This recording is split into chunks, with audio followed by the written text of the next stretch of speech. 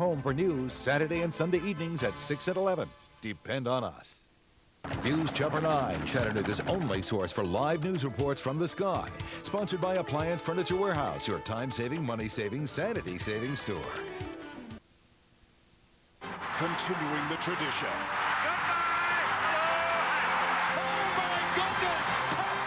ABC Sports Championship Television.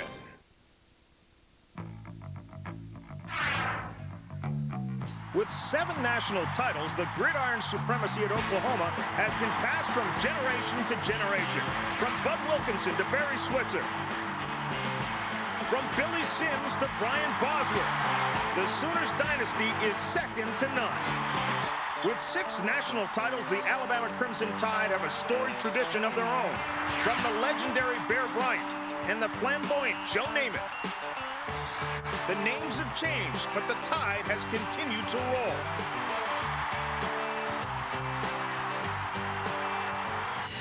Two of college football's greatest dynasties meet for the first time ever in a regular season game. And welcome to the Hartford pregame show. John Saunders alongside of Terry Bowden. You know, making predictions is what college football is all about. You made one last week. Oklahoma, one of your teams, to go to the national championship. John, they have the best defense in the country. Their running game much better than last year, but the key to the championship is quarterback Jason White. He's got to play with poise, don't turn the ball over. Remember 2 years ago, Josh Heupel, their quarterback, not good enough to make it in the NFL, but he had great poise, and he never turned the ball over. These teams have combined for 13 national championships. Couple of scores before we get you out to the game. Michigan, all over Western Michigan, 35-12. Navarre with 4 touchdown passes, and Ohio State blast Kent State 51-17. Maurice Clarett, the freshman, had a touchdown rushing and also receiving as well. We'll keep you up to date on all the scores throughout the day and see you at halftime. Alabama and Oklahoma coming up next. The Hartford pregame, brought to you by The Hartford. Always thinking. We'll be back with the kickoff after this message.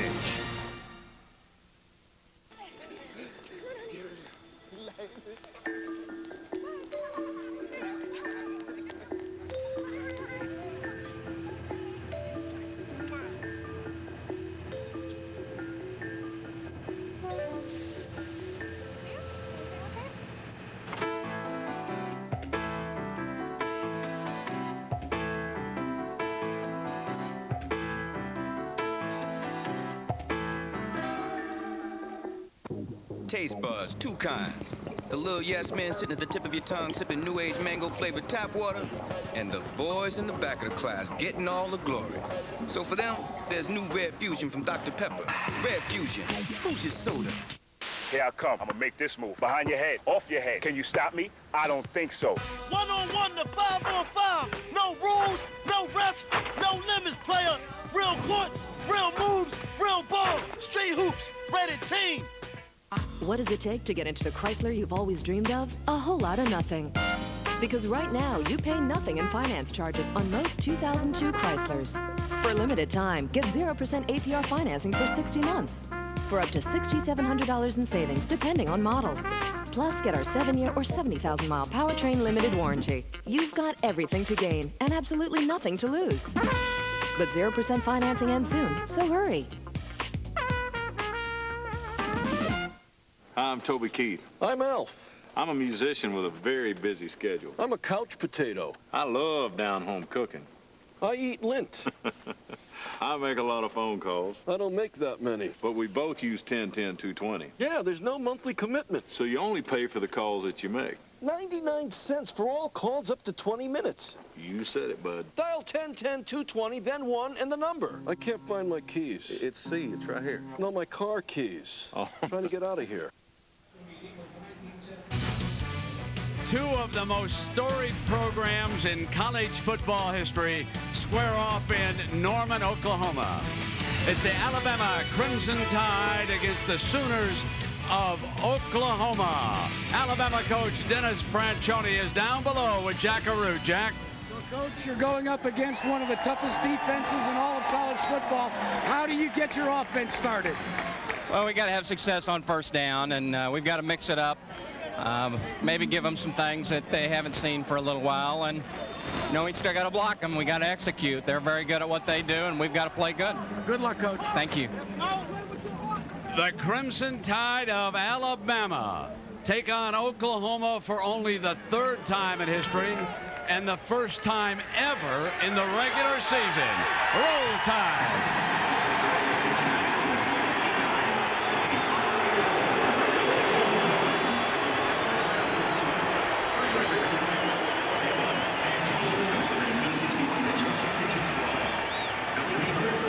Gary Danielson, we got a whole lot of crimson in the crowd today, my friend. Listen, Alabama has the one thing you must have in this environment, an experienced quarterback. Yeah, that's right, Brad. I mean, Tyler Watts has been through it all. SEC championship one year, been injured a couple times, and what he has mostly going for him, his team believes in him. If you're going to move the ball against this Oklahoma defense, you're going to have to block them, and you're going to have to mix it up, and that means they're going to run the option. They've been watching a lot of Kansas State film, what moved the ball well against Oklahoma. I think we're going to see the option today.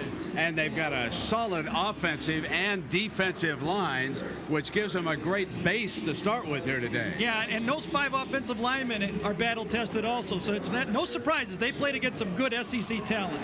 Yeah, here earlier in the state of Oklahoma, the Sooners won, but remember, that was in Tulsa.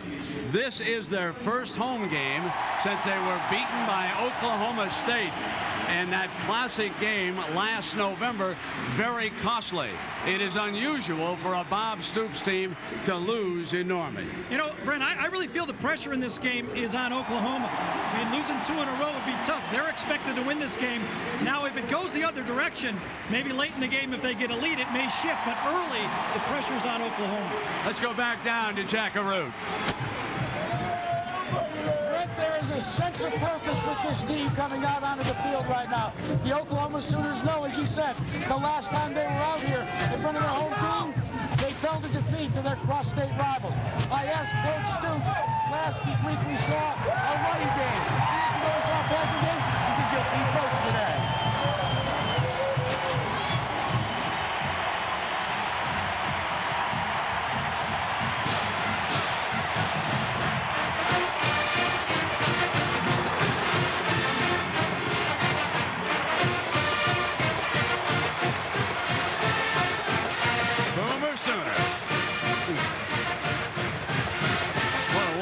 Setting this is for Alabama and Oklahoma to play here in Norman. Warm out today, a little bit of a breeze, and a little bit of a difference with that OU offense. You know, Brent, last year, even though Oklahoma made a run at the national championship, didn't get there, I kind of thought it was slipping away. They had trouble moving the ball on offense. They were a finesse team. Well, the offseason brought in a new attitude. They're going to be physical. Quentin Griffin is a guy who was an afterthought last year. They tried to throw him the ball. Now they're going to run the ball with him. Alabama must stop him first, and then those big play receivers are still there. And Jason White opens at quarterback, and like Tyler Watts, he too is coming off a knee injury from a year ago. So we've got a couple of quarterbacks that are back on the mend, and we've also got last year. We can take a look at this, Gary. Yeah, 2 interesting. Both quarterbacks injured almost exactly the same way. Rolling to the right, throwing it. Watts tore a groin, and of course Jason White had the knee surgery. So both guys weren't even touched when they had to have that big play, and they moved along. Both quarterbacks get injured at a time. Andrew Zhao came in, put Alabama on a run, but you know the story with Oklahoma.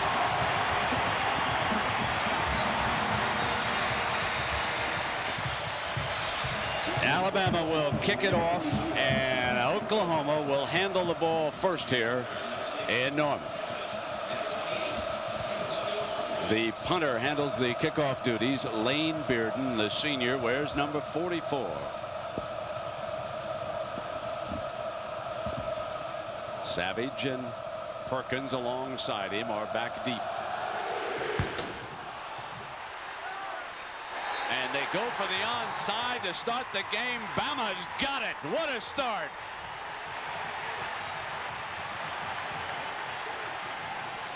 Alabama, a 2-touchdown underdog, decides to jump up with a little bit of trickery as we start the game. And now Tyler Watts will bring it out. Watch this, Gary. Well, Bama backs up. That comes right at him right now. Oklahoma takes one step back. That is scouting, and that is a message to his team. Dennis Franchione says, we're going at you. We're going to win this game, and they got the ball. And Bearden recovered his own kick. So a great moment for the punter. Can Bama and Tyler Watts take advantage from the shotgun? Complete on first down. They cross midfield with Triandos Luke, who's coming off a big game. And Tyler Watts told us what he wanted to do on his first series. I think the most important thing for us as an offensive unit is to make sure that we don't make any big mental mistakes on the first series, that we're able to pick up a first down or two, give our defense hopefully a little breath on the sideline, and let them know that we're here to play football today. Second down. There's the motion that Oklahoma expected all day long. This from an H-back. Watts high with that throw. And let's take a look now at our Alamo Rent-A-Car lineups as we settle back in. This the part of the posse. Ahmad Galloway out there. We expect to see 21 Shad Williams a lot today for Bama. 9 consecutive starts together. We cannot emphasize that enough for the Alabama offensive line. These fellas know each other, and they can open it up. So Franchione's onside kick to start this game. And now his Bama team faces 3rd and 4 from the gun.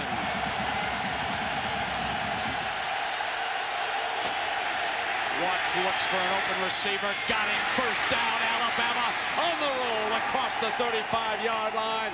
Sam Collins, the senior from Fayette, Alabama. A 13-yard gain. Oklahoma went with a 3-man line, but blitzed 5 on the play. They are working against as fine a defense as there is in college football. No weak link up front. Tommy Harris, the cover boy. Jimmy Wilkerson, the speed defender. A faster model than a year ago. Teddy Lehman moves to Rocky Kalmus' spot and the best defensive backfield in the nation. But now Bama on the move inside the 35, and they got the nose man to jump. This is a free shot for Alabama. To the 30-yard line is Galloway, number 29, picking up about 4 yards, but this should be a 5-yard penalty.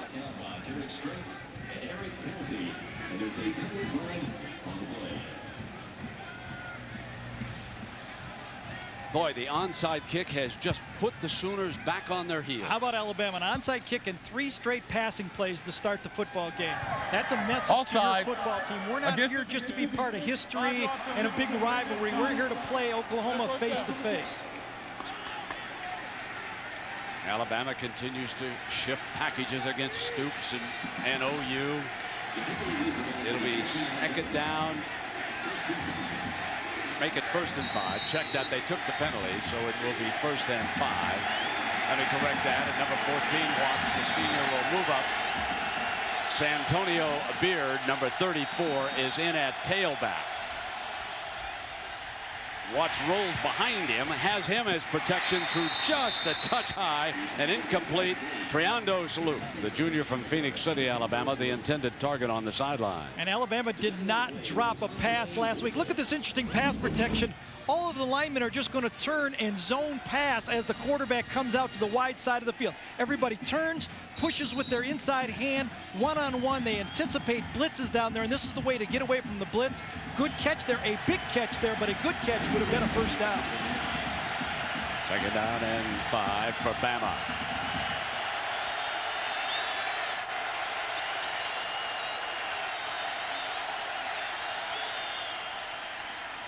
Good protection. There's that experienced offensive line.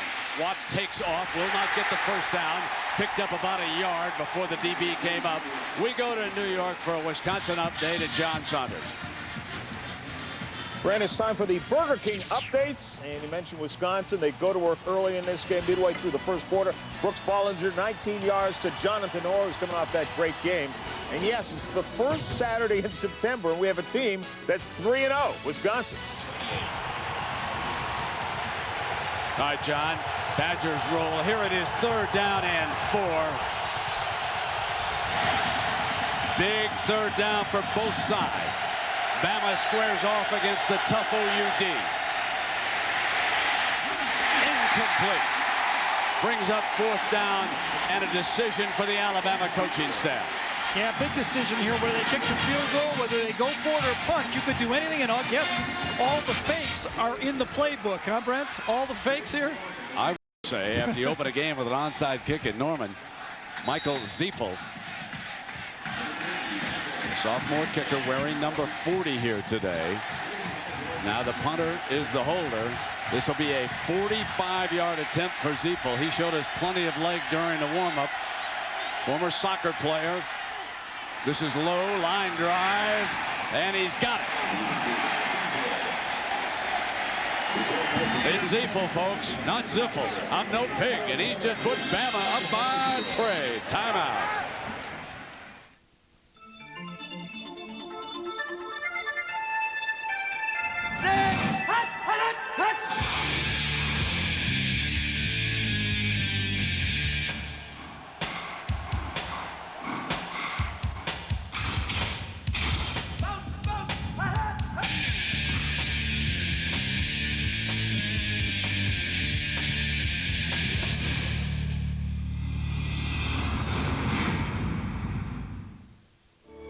It's surprising how much you miss from 35,000 feet, especially this time of year. Can you hear the leaves of gold crunch beneath your feet?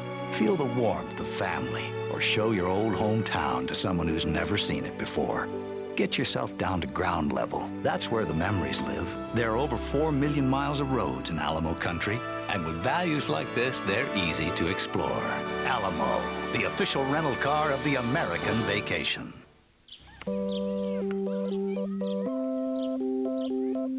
For men, every morning it's the same routine. The desperate search for a way to relieve the pain after shaving. There's a better way to soothe your skin. Nivea for Men Aftershave Balm is an advanced blend of moisturizers and vitamins that soothe and actually improve your skin. Nivea for Men, more evolved skincare. What is wrong with you?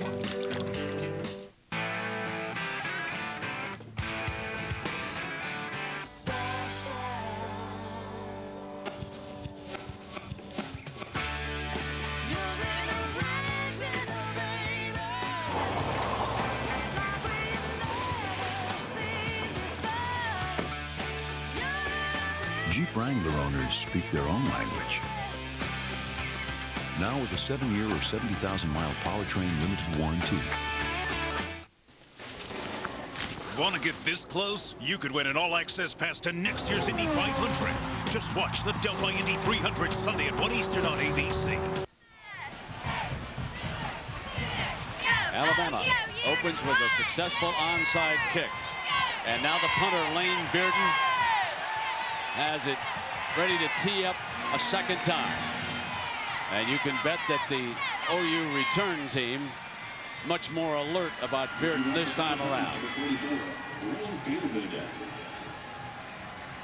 The onside kick leads to a field goal, and the underdog strikes first. The crowd grew quiet as Bama marched down and kicked that field goal.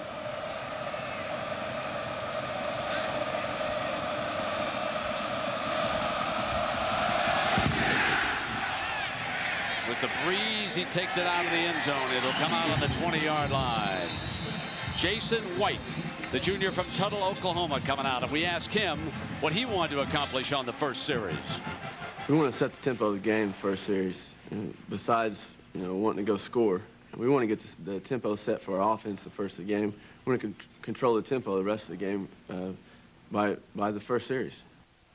And it's going to be a little bit difficult right now because Bama set the early tempo.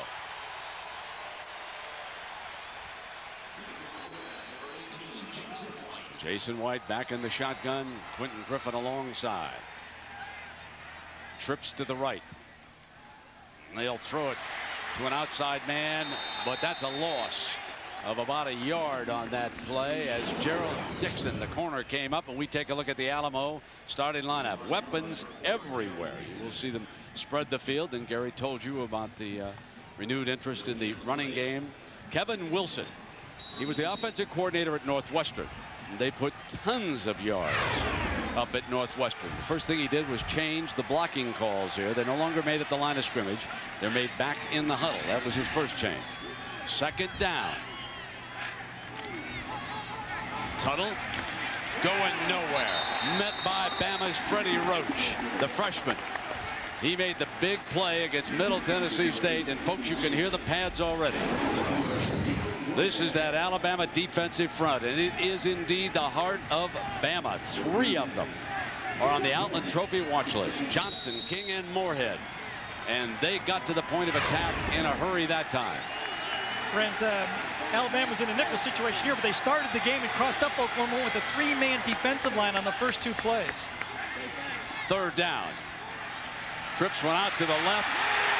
Jason in trouble. Stumbles. And 3 and out on their first series. And again, it was number 8, Mr. Roach. Freddie Roach, the freshman linebacker, and this was a nickel situation, but again, Bama being very, very aggressive early in this football game. They come with a blitz, an overloaded blitz to the wide side of the field, and that's when Jason White has to get rid of that football. White just has to throw the ball in that situation, man-on-man coverage. Blake Ferguson with his first punt partially blocked. This is going to give Bama great field position again. What a start for the Crimson Tide. A partially blocked punt, and Bama works with half a field again. The Tide all fired up.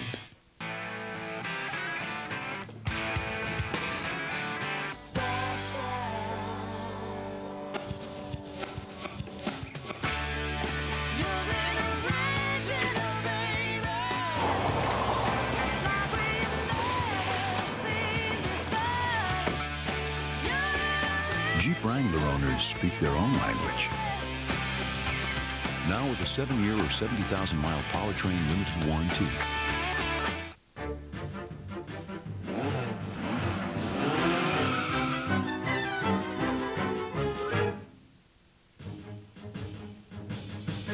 Thrifty.com. Great cars, great rates, 24/7. You like simple better than complicated. You like quick better than slow. You like easy better than hard. So pay with SpeedPass at both Exxon and Mobil stations. It's fast, it's free, and it links to a check card or major credit card you already have. To get your free SpeedPass, visit speedpass.com. You like there better than here. How do we know? We're drivers too.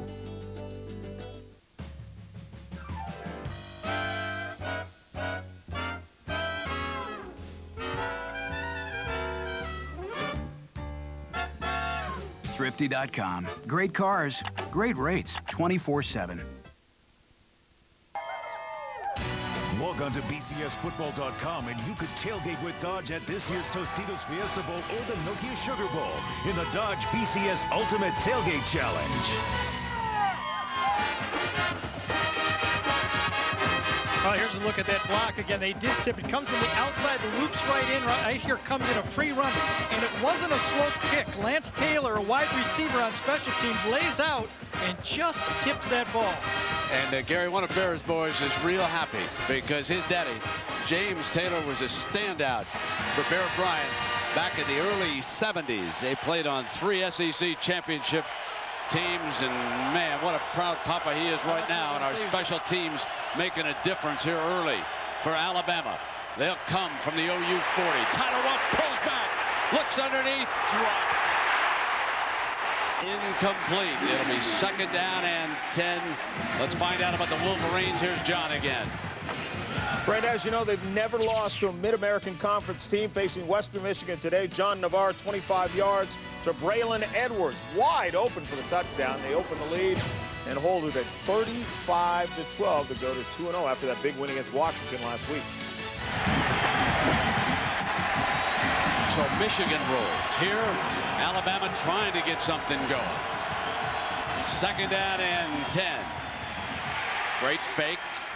Watch goes right straight ahead to the 36-yard line. Now it'll be 3rd down. If we can Take a look at Tyler Watts. We showed you the knee injury, a bit of a freakish injury that he suffered last year, but look at what he can do. He's the only Bama quarterback to post 100-plus yards passing and rushing in 3 consecutive games. Smart fella. Already got his degree in marketing back in May. Final year of eligibility for the Crimson Tide. 3rd down and 5. Faces another 3rd down against this great OU defense.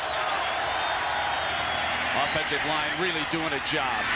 Dropped again. I will tell you, if the receivers hold on to some tough passes, Alabama can move. The offensive line is doing a sensational job. They are, Brent, but so is Oklahoma's coverage. I mean, they are there. They have to be perfect throws. They have been perfect throws. Someone from Alabama who did not have a drop last week at all needs to catch the ball. Tight end, right out there, man-to-man coverage. Perfect throw, time to step up. That ball should be caught, but look at Teddy Lehman right there in coverage. That has been the one good thing for Oklahoma so far. They've been there. Cabot should have caught it. Zifo back on the field.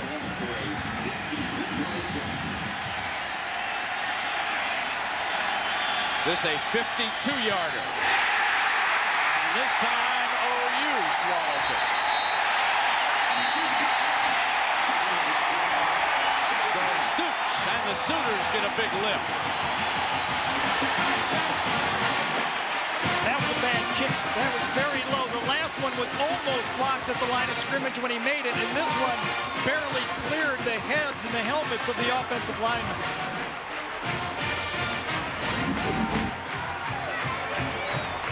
Here's the kick. Kind of just punches it right there, and he looks up and almost has to eat it. Now watch, see if there's any penetration. Oh, it actually hit, I think, number 71 right in the back of the head last time, Portis. Jason White back at that gun. OU stays airborne. Gets 6 yards on that pass to Fagan. He's the senior from Houston, number 12. And here are the Bama linebackers, and you can see on that last play the kind of challenge. Freddie Roach has been active, but they're going to have to drop back into those short zones, help the DBs out, because this secondary needs a big play. Coaches were pleased with how they held up last week, but this will be a different kind of game. White was looking for that little option look, and Griffin is pushed out of bounds. And now let's take a look at our Jeep rushing playbook, Gary. Well, in order to run the ball out of the spread formations, the quarterback must help block the defensive end on the counter play. He reads them. If that end comes upfield, you hand the ball to the running back, and you effectively block the end by the play. But if that defensive end makes a read and follows that pulling tackle, you fake the ball to that running back, and you keep it and make them play honest. That makes that offensive spread go. Here's the 3-man front in the dime look for Bama against the Oklahoma spread. Incomplete, and OU forced to punt again on 3 and out. The intended receiver, Mark Clayton. Really like Carl Torbush, who's defensive coordinator for Alabama. He also was in the mood of letting it all fly here today. He's gone dime packages, nickel packages, 3-man line. He's been blitzing. Nobody's playing safe for Alabama. They know to beat a great Oklahoma team, they have to bring it all. The last punt by Ferguson was partially blocked.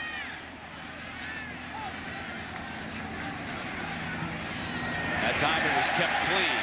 McBride driven inside the 25. Fumble! And I believe Alabama jumped on it. Yes, they did. Number 7, Sam Collins, I believe, is at the bottom of that pile. Yes, he is. There he is. Recovered it.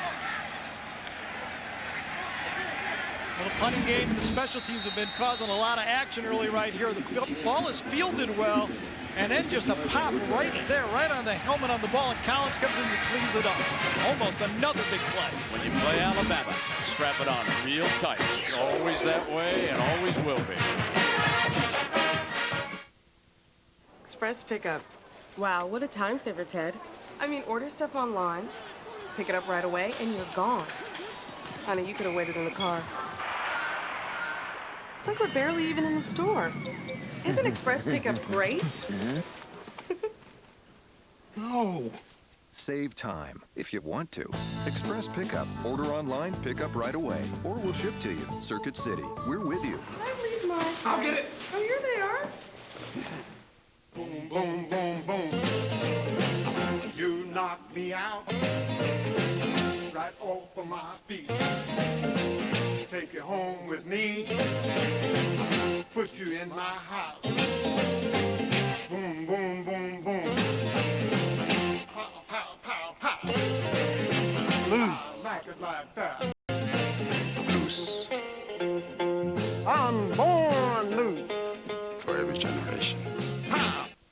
Oh, credit card bill. Those interest rates. Just get a Capital One no hassle card. Lowest fixed rates you can get. So who's getting rich off my credit card?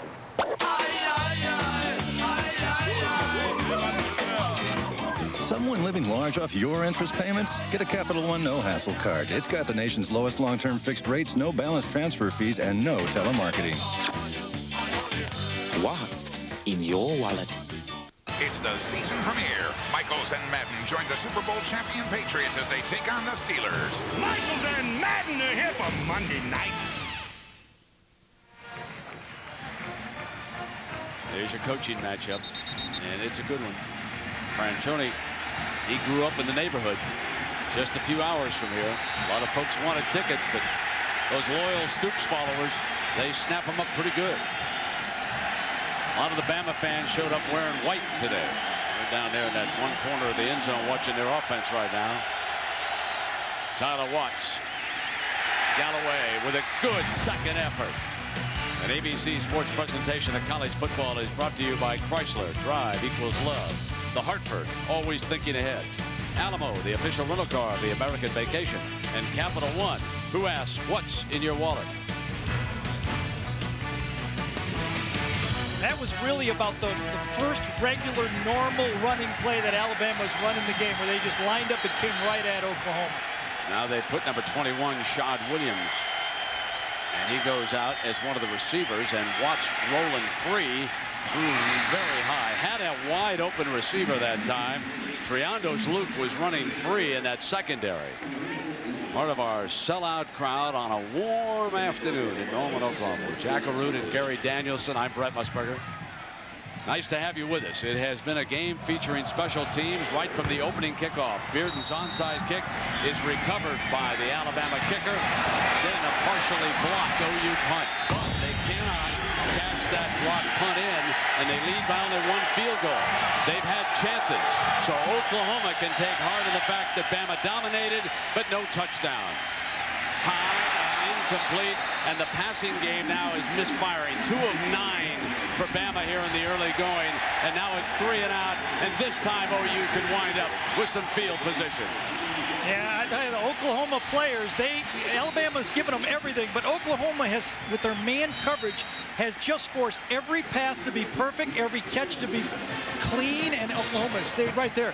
Every punt today, we're going to go snap to foot, from the snap to the foot of the punter, and make sure the punter doesn't cause somebody's blocks. So far, it's been okay. It has to be under 2.1 seconds. Bearden is punting, and Perkins, who returned on bad snap. Another mistake on a special team. He'll kick it out for the safety. And I got to say one thing about Bearden. Talk about a heady football player. He did not hesitate. He did not want that ball rolling free down there in the end zone. He just kicked it out and took the safety. Yeah, but it was in the field of play. I don't know where that's going to go. A kick ball. Was that a bad snap, or did he mishandle that snap?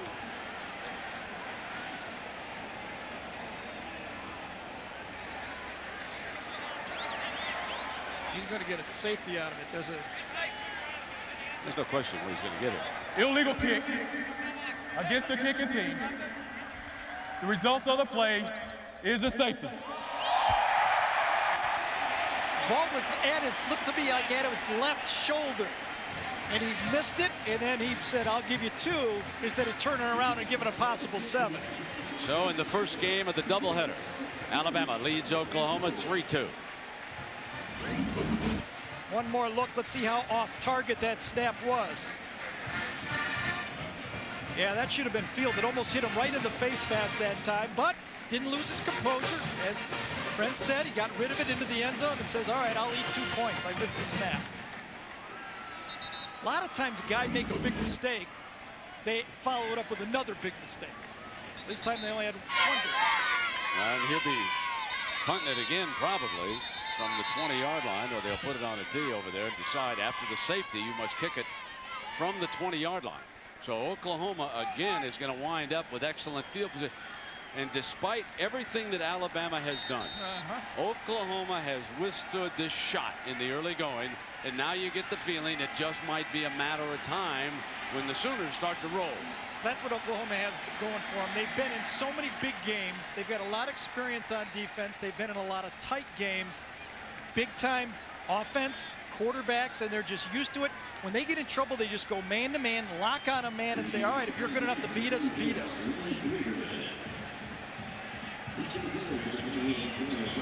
Gardner likes to put that ball on the tee. Remember, he kicked it completely out of the end zone before.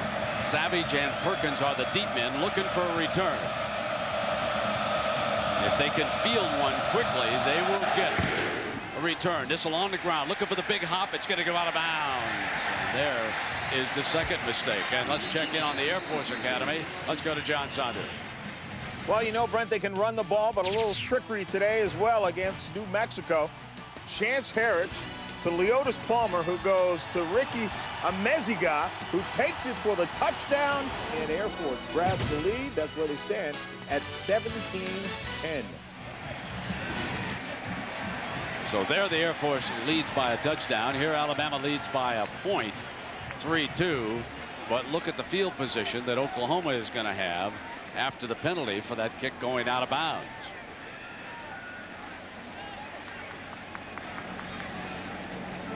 Now Oklahoma will, I think, start.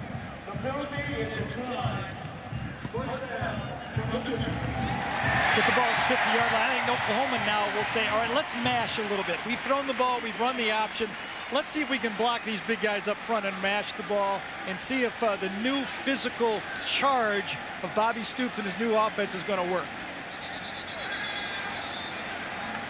So far, Oklahoma has run the ball as many times as they passed. However, it has been the quarterback running for his life a couple of times that winds up being a running play. And 2 option plays already also. They don't, I don't know if they believe it's a little change up on the defensive front has maybe caused them some problems, but now Alabama comes back with their 4-man defensive line. Good mixing it up by Alabama, trying to keep Oklahoma off balance both on offense and defense. So the OU offense sprints to the field. White the quarterback. Griffin is the running back. Deuce out to his left. They flex Trent Smith off to the right. They run Griffin on the draw play, and nothing doing. He gained about a yard. Well, let's look at 2 of these offensive Brooks teams. Daniels made the stop, Gary. Excuse me, Brent. Let's look at these teams and talk about what they want to do. Alabama wants them, when they run the ball, going north and south. They want to limit their minuses, negative plays, sacks. And if they're going to move the ball, they have to put a helmet on the back linebackers and defensive backs. OU, balance, not just throwing, not just running. Physical is the word this year. And basics. Last week, 5 drop balls. They cannot repeat that again this week. Second down, that inside shuttle pass to Griffin. That's short of a first down. They're still going to need a couple. And Wayne Bacon, the strong safety, the senior from Maryland, up to make the stop.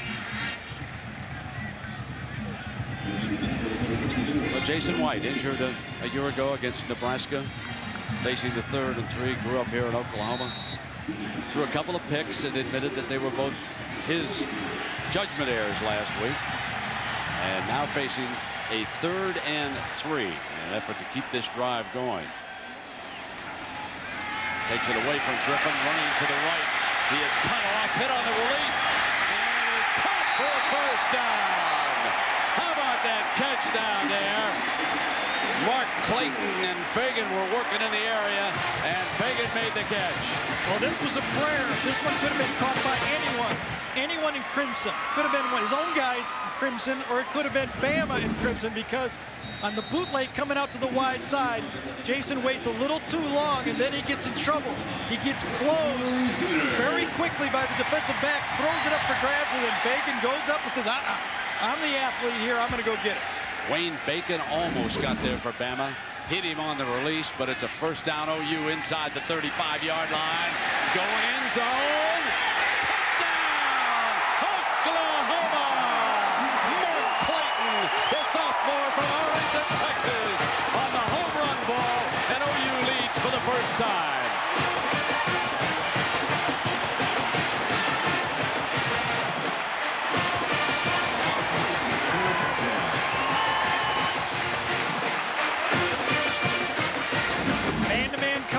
Outside, they're just going to throw it up on Bolden. The ball gets up in the air. It's slightly underthrown. There's a little hand-to-hand combat. Herschel Benson falls down, and Clayton, a true sophomore, who worked his way in the lineup last year as a freshman, comes up with 6 and now 7 points. Trey DiCarlo adds the extra point. A 32-yard scoring strike from junior Jason White boosts Oklahoma to the lead 9-3. Clayton working one-on-one, separated just at the end, and the Sooner Schooner is rolling around Norman in celebration. And when we talked to Jason, he said, my favorite play is the long ball. Just listen. I like to throw the deep balls because one pass, you could go 90 yards, and all you got to do is throw it up and sit back and watch the receiver run with it. So I think that's the greatest play in our offense is our deep ball. And he was able to watch it all the way. He was not hit on the release. He was standing up tall as Clayton pulled it in the end zone. And OU leads for the first time. Number 9, Clayton, only a sophomore. Yeah, true sophomore. And there was a little pushing and shoving going on right there. And Bolden fell down, and I guess it's a good no call. But, you know, remember again the 3rd down play when White comes out and kind of throws it up for anyone, and that keeps the chains moving to get another chance to go first down. Also, Chuck Long has said this year he wants to throw the ball deep and take advantage of his athletes outside.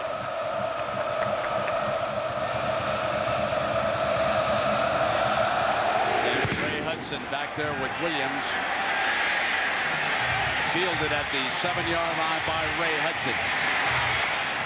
Slips him down about the 29-yard line. Talking about what kept this drive alive. This is a bootleg play.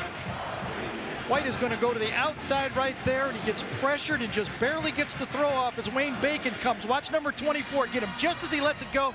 This is a wounded duck prayer. Almost anyone could have got it, but your receivers are better than their DBs. He gets the big first down. If we want to make a position difference in this game, Gary, yes, the OU receivers have made tougher catches, and the Alabama receivers have dropped some balls they should have held on to. That's a big difference in this football game. 3 drops so far for Alabama. They come back with the draw play, and I believe that's Beard. Teddy Lehman, number 11, makes the stop. Teddy Lehman was the starting middle linebacker a year ago, and he's moved over to Rocky Kalmus's position to play that weak side linebacker to the short side of the field. Matches up with the tight ends in coverage. It's a position where you can make a lot of plays from, and Lehman, the fastest of the linebackers, although they got great speed on that linebacker crew, can do a lot. Look at him. Turned interception last year versus Texas on that Roy Williams hit. 38-inch vertical. And how about this? How many years were he in high school? 8 years? How many times did he play in the 9th grade, 10th grade? Second down and 11. Ball on the 27-yard line.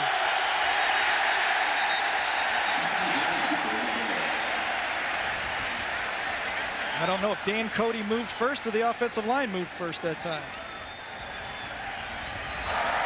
Prior to the snap, false start, movement in the offensive line, 5-yard penalty, remains second down. So there's one of the co-defensive coordinators, Brent Venables, out on the field. He works with Bob Stoops' brother, Mike. They're 2 of the most animated coaches. There you see Mike turns his back, walks away a little bit. I think it's in their contract. They both have to get equal TV time. You show one, you got to show the other. They're a great sideline picture, those 2. And outstanding coaches. Second down and 16.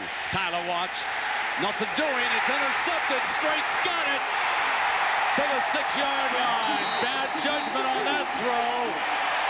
And Derek Strait, the junior from Austin, Texas, makes them pay.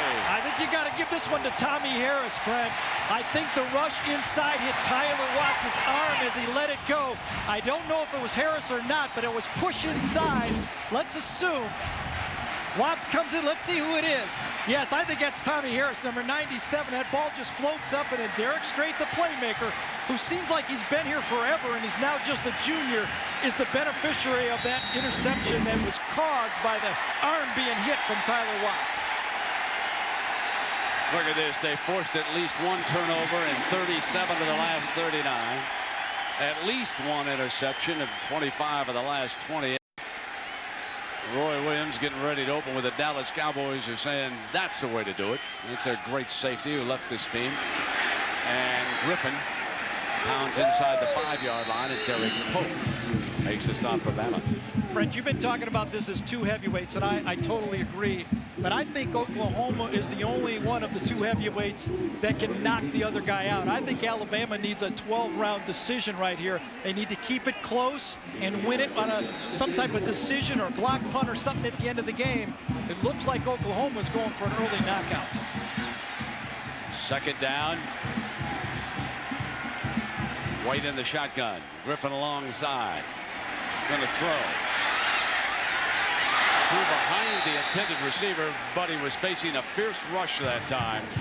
Credit the rush in on top of White, who picks himself up from help from Sims, his tackle, and it'll be 3rd down and 5 for the Sooners. Defensive coordinator Carl Torbush is letting them come. Those linebackers are speedy. Cornelius Wortham there, number 16, is the guy that put the pressure. And that is the little bit. There's Carl Torbush right there, former head coach of North Carolina, long time. What, Mack Brown defensive coordinator, right? Boy, now he's back playing Oklahoma. 3rd down. OU still likes to use that shotgun going in from inside the 10. Jason. And the Bama defense says not so fast, Mr. Danielson. Don't you be knocking us out that early in the ball game. We can still play it. We can still play a little bit of football down here, my friend. I paid $49. I just want to watch it on TV. It's a quarterback design play. The outside tackle pulls. They're going to fake it. He's going to follow the tackle up there. And I'm not playing. I'm just talking up here. That's all. Todd Bates makes the stop for Bama. So it's another field goal attempt coming up for Trey DeCarlo. This is 22-yarder. He's a freshman. Won the job late, and this is blocked. Alabama's got a loose one. Scoop it up on a 20-yard line. Out of bounds. It was recovered by Charles Jones, the free safety from Waynesboro, Georgia, after the block by Wayne Bacon, who's been all over the field. There'll be no early knockout. Well, it's not going to be a first quarter knockout, that's for sure. Another special team play blocked right up there. It was number 24 that got the hit on there. Bacon got the block, and boy, oh boy, a nice play to even save a touchdown on this play for Oklahoma, because I thought he might take it the whole distance. But the question is, can this Alabama offense do anything against the OU defense? They have had several opportunities, only a field goal to show for it. Now they pound straight ahead, Galloway, and that's their best running play of the game. Next Saturday, reminder to join ABC Sports for an outstanding college football regional doubleheader at 3:30 Eastern. Many of you will see Ohio State take on Washington State, Jason Gesser, or USC Colorado, or Mississippi Texas Tech down here.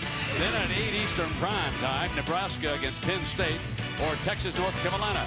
Check your local listings for ESPN.com. Keyword ABC Sports to find out which games will be televised in your area. So huge afternoon, nighttime doubleheader next week. 2nd down and 4. Bama showed some muscle that time. Again, that offensive line holds up, and it is incomplete. Lehman, the linebacker, dropped off as a pass defender that time, and the tight end cannot get free at all. No, they've been covering the tight end pretty well. It's had to be perfect passes. They're trying to get the crossing guy coming across the field this time.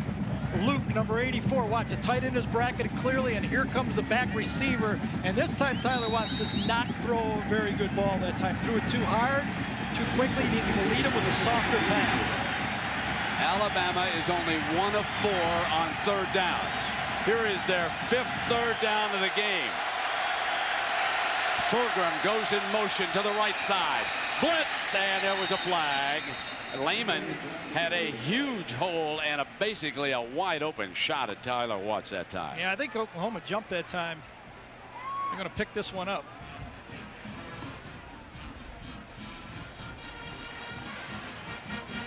If it's against OU. Prior to the snap. Yep. False start. Movement in the offensive line. 5-yard penalty from the previous spot. Remains third down. Watch Lehman come free on this scheme. It's number 11. Right there. 2 linebackers crisscrossing, and there it is. The running back had to block Lehman, and I don't think he was going to get him. Tyler said, remember, this is a team that had, what, 16, was it, Gary, Alabama last week? Now it's a third down and 9. Watts is thankful for that penalty. That would have been a slobber knocker. Over to the right comes Watts on the move, looking daylight, nothing doing. Bama forced to punt again. Let's check in with Jack Arute down on the field. Brett, you talk about that record-setting 16 penalties last week for the Alabama Crimson Tide. Before that game, they almost practiced every day with referees on the field. So to add some discipline this week, every time there was a penalty, you hit the ground, the entire squad, for push-ups or sit-ups. They're a little more physically fit. I don't know about the penalties. Yeah, exactly. And snapped a foot down the left that Gary told you about. Jonathan Jackson making that last defensive play. The way things are going, we'll have either a touchdown or a blocked punt. Perkins is back deep. Bearden hangs one. He's got it at the 25. Slips forward in the middle. Looking daylight. Still going. What a great return by Perkins, who nailed a touchdown against Tulsa in the OU opener last week. Lane Bearden forced to make the tackle. Well, we think so much about Antonio Perkins that we put him on our starting lineup as the third corner. He plays in the nickel. He had 4 punt returns last week against Tulsa for 112 yards, and that's not counting the 58-yard TD that was called back. One of the best athletes on the team. In fact, we were talking to the offensive coaches, and they said he'd be a great wide receiver if he played on the other side of the ball. Yeah, Chuck Long's already got his eye on him, doesn't he, Gary? All right, 3 wide outs. White stays in that shotgun. Here's that inside running game, and Alabama read it perfectly. They just absolutely manhandled the front, and Ryans makes the stop. Jack? Brent, every heavyweight match I've ever gone to, before you can get to the knockout, you got to deliver some really hard body blows. And one of the things that this team, both teams are doing, is they're delivering the blows right there on the line of scrimmage. It's so loud, Brent, that you can hear it crisply on the sidelines. How about up there in the booth? Yeah, and you can hear the pads up here too with the audio. This Alabama being penalized again, though, Gary. That's another one on the face mask deal. I'm a little only a surprised 5-yarder, however. Yeah, I'm a little surprised by that. I mean, Alabama playing in the SEC cannot be surprised by the speed of this game. They're used to playing against great speed in the Southeastern Conference.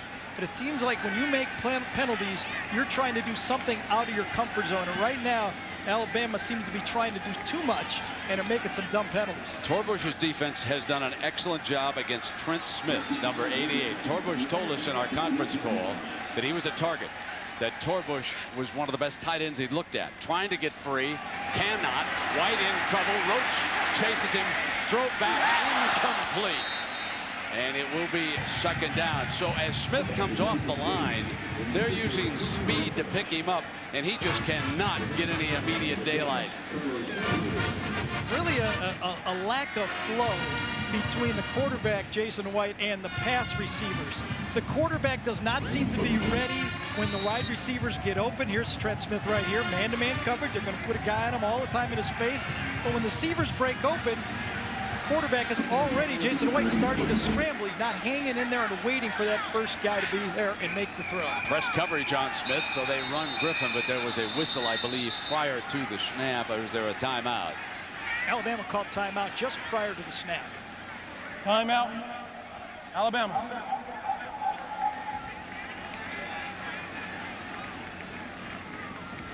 Oklahoma 9, Bama 3 here with 1:15 to go in the opening quarters. Got a timeout on the field. We'll take one, too. Sydney Bristow was the girl next door and just what they needed. All he told me was that I fit a profile. They took her in, trained her, then dropped her in a world where she had no one to trust. Get in! Daddy? Not even her own father. I thought you sold airplane parts. Or mother. Mom?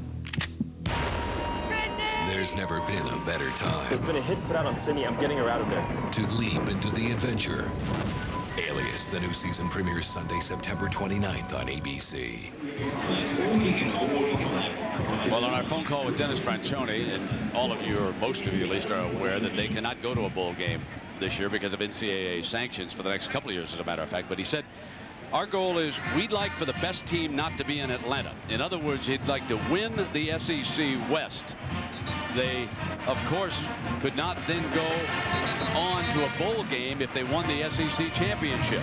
If they went all the way through Atlanta, they could indeed go on. But Franchione wants to make a statement this year, even though there is no pot of gold at the end of the rainbow for these Crimson Tide, and they're holding their crimson helmets very high here in the early going. Jason White slips down. Is that a knee? Did his knee buckle? I think his knee buckled on that one. He tried to stop, and it's very similar. He didn't get hit. It just buckled on him, and it looked like the same knee. You know, he did not have any contact all of spring. Last week's game was the first game.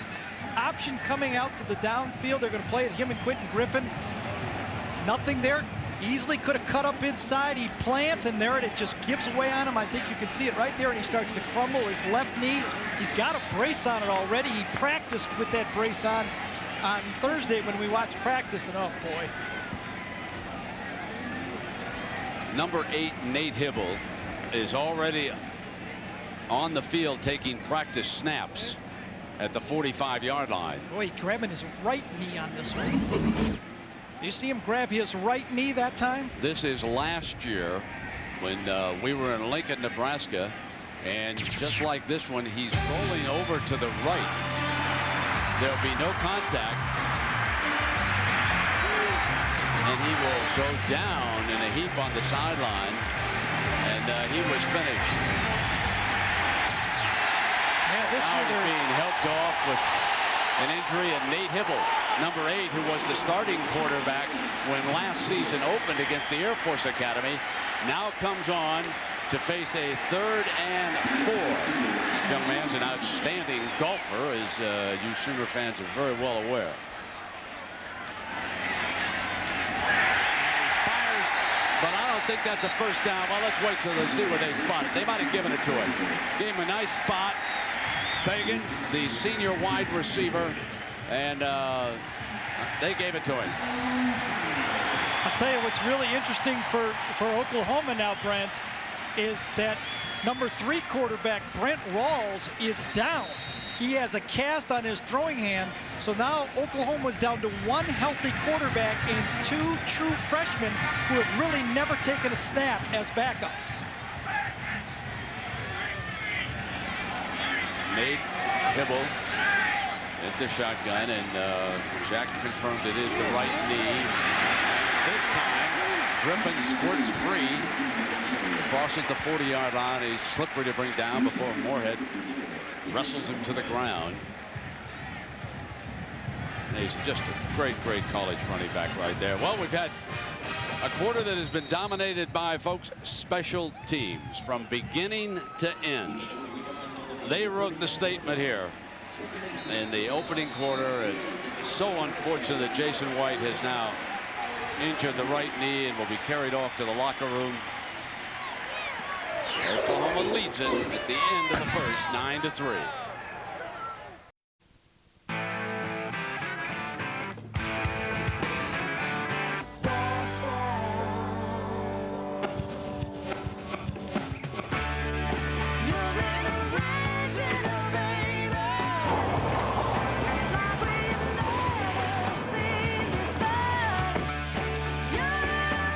Wrangler owners speak their own language. Now with a 7-year or 70,000-mile powertrain limited warranty.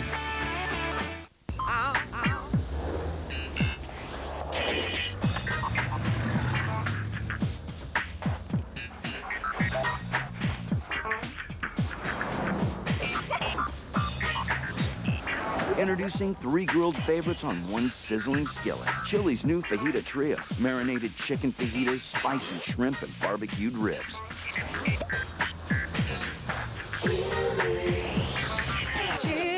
Chili's. You believe that? Neat. You can dunk, but you can't dip. Your dip is gone, baby. What are you talking about? No dip. Introducing Tostitos Scoops. Let me tell you something, Bill. I put the hip in chip. Watch this. With the bite-sized, bowl-shaped design for the perfect dip every time. Tostitos Scoops. Whoa. The dip lover's chip. This is my house. Yes, it is. No, this is my house. You guys got to go. Also great with Queso Supreme dip. Did you know that a car hitting a wall at 40 miles per hour hits with the same force as if it fell off a 5-story building? It's not easy getting through to teenagers today. So at Liberty Mutual, we produced a video especially for teens about car safety, because we'll do whatever it takes to keep them safe on the road. Liberty Mutual. It's more than insurance. It's insurance in action. Now for 60 miles per hour. Wasn't that fun? You're watching college football on ABC Sports, Championship Television. Gary, Oklahoma is lucky, though, that Nate Hibble has experience stepping into this situation. In fact, he started every victory last year for Oklahoma. All 11 starts, they won the game. But now they've only really have 1 healthy quarterback and 2 true freshmen backing them up until Brent Rawls, their planned on number 3 guy, can play. And remember, Hibble last year in the passing game took a tremendous amount of shots. He's not a running type quarterback, so who knows if Bama now just says, we're going after this guy and see if we can get a true freshman on the field. Let me put it this way, Brent. In the NFL, that's what they do. Well, the one thing for Alabama is they haven't been able to muster a sustained offense against this defense. And OU, too, is having trouble here. I mean, take a look at what Bama's done. They're minus 12 rushing. Gives them a total of 7 yards is all they've got. They had great field position on their first couple of possessions in this game. And Oklahoma, on the other hand, with this renewed interest in rushing, they haven't been able to do anything. We just have been unable to mount any kind of a running game here. And now here's 3rd down for Hibble and the Sooners. 4 wide receivers, if you include Smith, who flexed out. Incomplete. They're waving it off. They say he dropped it. Andrews, the defender down there, on Savage. Well, Carlos Andrews, I wonder if he got his hand in there, because I thought that ball was caught also. Antoine Savage was right there. Perfect throw from Hibble. In fact, their coaches told us when we were talking to him that they had practiced, Hibble had practiced very well in throwing the ball as well as he had. It's there, and yes, Carlos Andrews does. Perfectly comes across with his right arm and got that ball loose. And Oklahoma forced to punt. Ferguson hangs it. This is going to be down inside the 10. Right there at the 9-yard line. Now, this is brutal field position coming up for Bama with 14 minutes to go in the first half. And Oklahoma leading Alabama 9-3.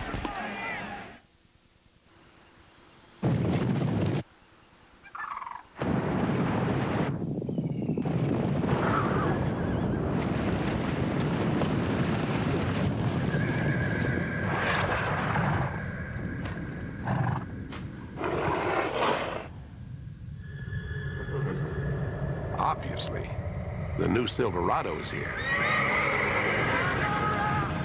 Silverado, the truck from Chevy. Hi. How you doing? What?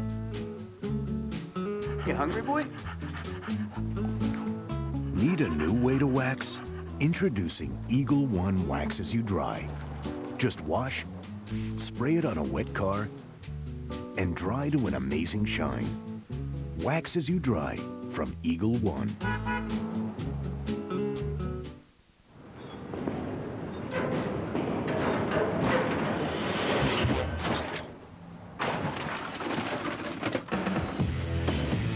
Say goodbye to machines taking up valuable office space and tap into the Kinko's network.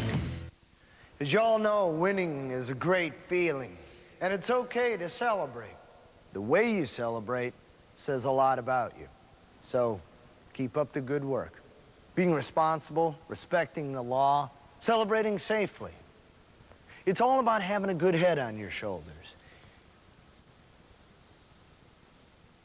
Figuratively speaking. A message from the National Association of State Universities and Land-Grant Colleges and Anheuser-Busch. Nature made it. Minwax makes it beautiful with rich wood stains and long-lasting protective finishes. Turning a house into a beautiful home is as easy as turning to Minwax.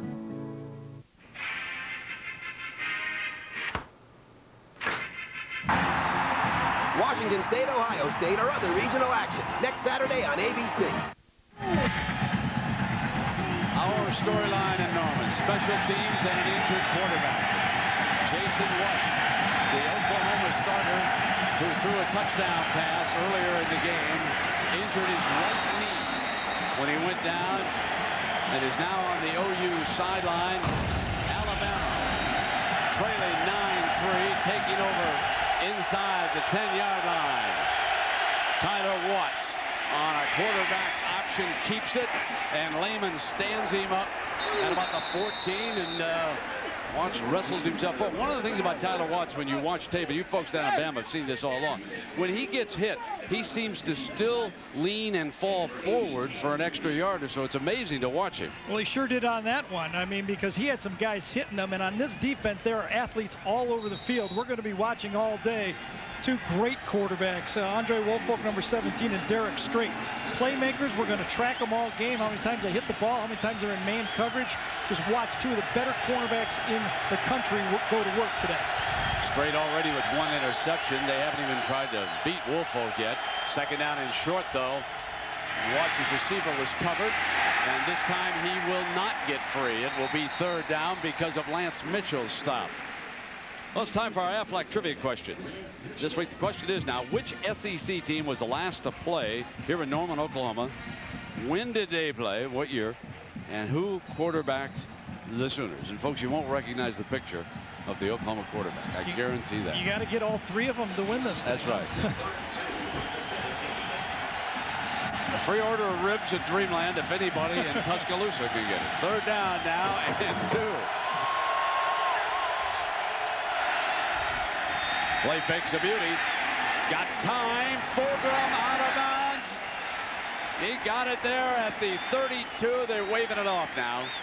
See, look at that coverage. Every ball has to be perfectly thrown. There's no gimmies out there. You can watch a lot of college games, and you've got a lot of quarterbacks that can just throw it almost anywhere. Here's Antonio Perkins, the number 3 corner. Watch this ball. Watch him close on that ball. That ball had to be perfectly thrown to the outside, had about a 2-yard window, and that's what good defense does. You might not get them all, but you force the cornerback to throw a perfect ball. Now Bearden forced to come up with a punt.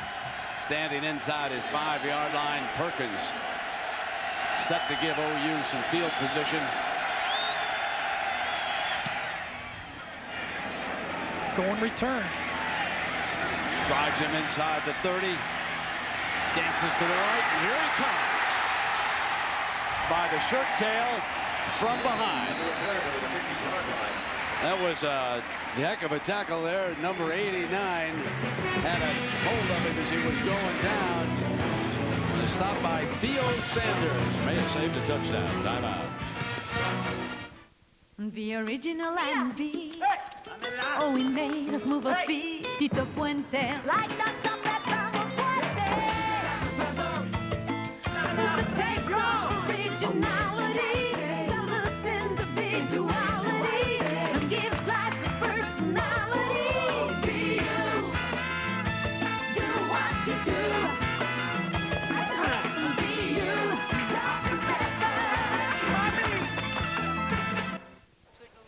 Not too close. What do you think? I got that insurance? What insurance is that, Yogi? Aflac.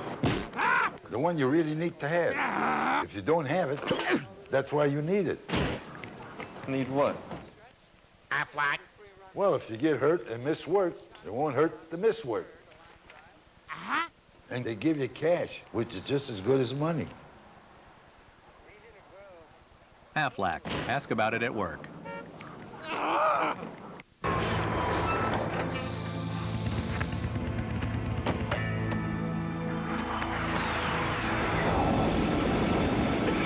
hate it when he does that.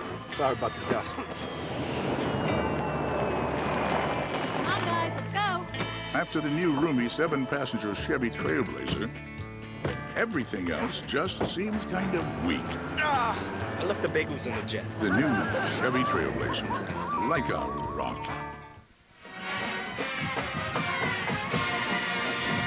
9-3, and it'll be Nate Hybl taking over at quarterback, the senior from Georgia, Gary. More of a pocket passing type quarterback. Won the job a year ago. We were there against Kansas State when he took just an absolute beating in that football game, and you knew it was only a matter of time where he might go down. He got wobbly, but maybe a better passer cannot really run the option. Crimson Tide show that they're coming. Backers were trying to get there. They get picked up. Hybl going deep, incomplete, and a misread down there. Here, Fagan did not hook up on the same page. Well, that's been happening quite a bit. Seems like the quarterback and the receivers have not been on the same page, even when White was in there. Got another penalty flag down. Holding against the offense. That's only the second 10-yard penalty penalty against from Oklahoma. the previous spot. Remains first down. There have been 3 against Bama. Carl Torbush checking his charts to see what he wants to do against Hybl, second and long. And there's the 2 injured knees, if you will, of Jason White, and he's up signaling in the plays to Hybl now from the sideline. So that's a great sign if you're an OU fan right there. He's a fine young man. His sister, I believe it's the University of Minnesota where she coaches softball. She was an outstanding softball player. The rest of his family is here in the stands, and Jason told us his sister was the only one who couldn't be here today. So it is first down and 20. The caller moves the ball back to the 42-yard line for its first and 20. Bama shows 4-man rush, and they get there. And why not? Oklahoma led them as they slipped it through to Fagan, and nothing much doing on that play. It'll be second and long as Freddie Roach, number 8, Gary, is a very impressive linebacker. Very, very active, and he's not just a little sprinter either. He's 6'3", 6'2", 235 pounds. Again, an inaccurate pass by Hybl. They had the slip screen to the wide receiver going, and the ball was thrown so high that everybody got discombobulated, and that allowed Alabama to get over there and just kill the play. Roach checks his plays after the signal comes in. Second down and long. He presses, and then his buddy starts in pursuit of Hybl, who rolls hard to the right, and incomplete. Out of bounds on that sideline. All right, the Aflac trivia question. We asked you about the last time an SEC team came here to play in Norman. What was the year and who was the OU quarterback? Well, folks, you've got to go back in time before you can see that it was Kentucky was in here in 1980, and J.C. Watts. Now, folks, there is Congressman J.C. Watts. Gary Danielson at the line of the day says, you know, when you're a Republican, you just can't have that heritage. So that was the line of the day. He was just a great quarterback. High and tight if you're going to run for Congress as a Republican. Third down and 18 now. Play fake. Hybl steps away, but back into the second rush man, and there's that defensive line now. Roman Harper coming up from the safety position after the defensive line did its job. I saw Moorhead, I believe, in there, and King. It was 55 King, Brent, coming around the left side. Hybl felt him and forced him up in the pocket. Give King half that sack. It's not going to show up in the stats, but he really forced it. Boy, Bama's defense is just not yielding.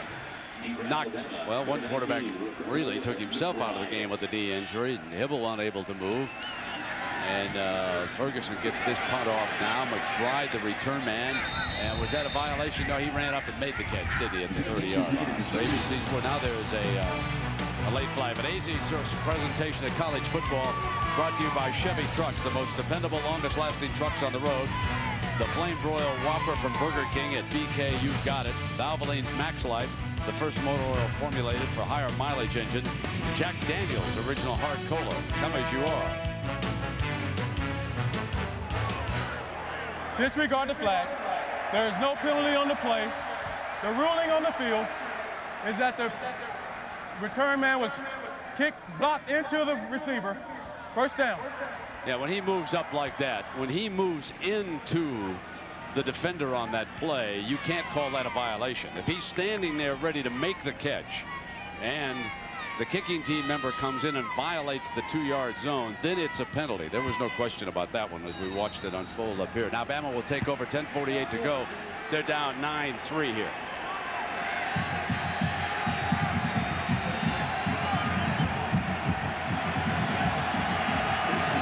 Searching for some semblance of an offense. Just trying to get a running back squared up here on first down. Fake to Galloway, and Watts might have picked up a couple of yards on the play. Well, Alabama led the Southeastern Conference a year ago in rushing, and I think they must get that running game going. They're not going to be able to effectively throw the ball all day against Oklahoma's great defensive secondary. Either through the option or power football, they got to get some running game going. Second down and 8, and the OU corners are licking their chops. Back with the run in Galloway. Spins to the 36. This will be third down and 5. And Jack Arute, I can't believe how many Crimson Tide fans have rolled into Norman, Oklahoma, my friend. Oh, Brent, when they say roll Tide, these guys take it seriously. More than 250 motorhomes from Alabama have converged on Norman, Oklahoma, and they have been partying since Monday. Brent, the last record number of motorhomes for a game here was 35 from the Nebraska game. Partying since Monday, Jack. My kind of fans, my friend. Third down and 4 now. Watts. Fulgrim, and he's hit short of the first down. Fourth down, and Bama forced to punt again. Antonio Perkins in on top of him.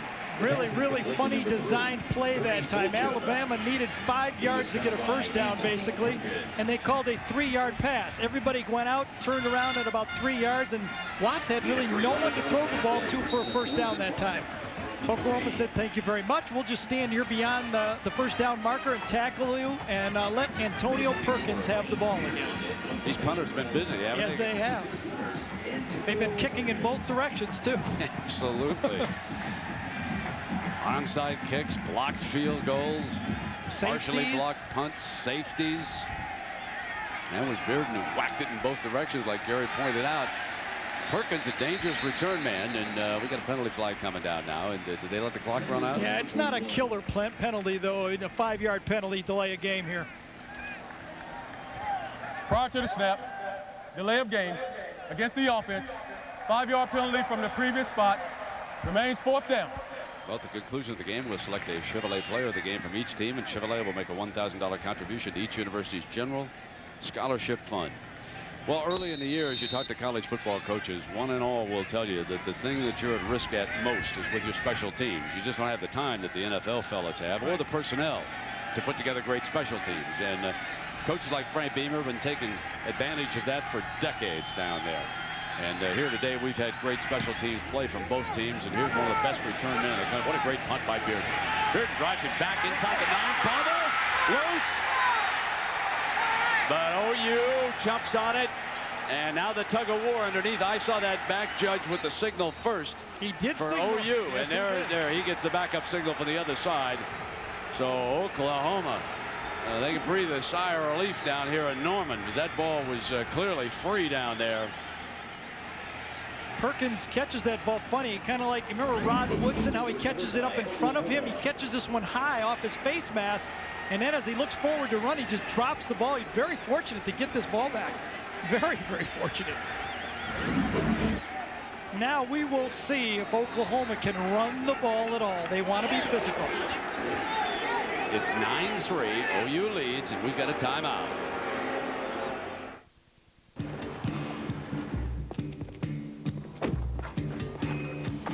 Change for $1. Sure. Introducing the all-new Chevy Avalanche. The only vehicle that changes from an SUV to a pickup. Thanks. Chevy Avalanche, Motor Trend's 2002 Truck of the Year. Avalanche, like a rock.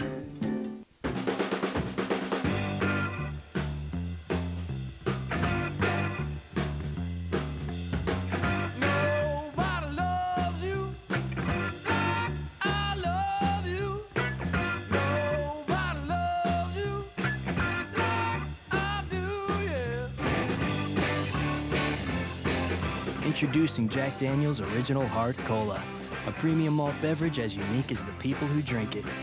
Come as you are. Triple X is pure, glorious fun. You won't want to miss this one. Triple X, rated PG-13, now playing. Now there's a better way to soothe your skin after shaving. Nivea for Men Aftershave Balm has advanced moisturizers and vitamins to soothe and improve your skin. Nivea for Men. More evolved skincare. Monday, when the love of your life says this. I'm getting married tomorrow. It feels like this. Drew Carey and Whose Line kick off this Monday on ABC. Now watch the back judge as he closes in on this. Here's the fumble. Look how close he is on the play. Right there. Now the tug of war. But the back judge saw the football in Perkins' possession. I think you can see it underneath. He gave us the first signal. You can't hardly miss that one. It's right in front of you. Now, it will be that OU offense. First down and 10 coming out from the 7-yard line. The Bama defense hopes to tee off here. They show 4 rushmen. Hibble on first down. And it will stop now with a flag.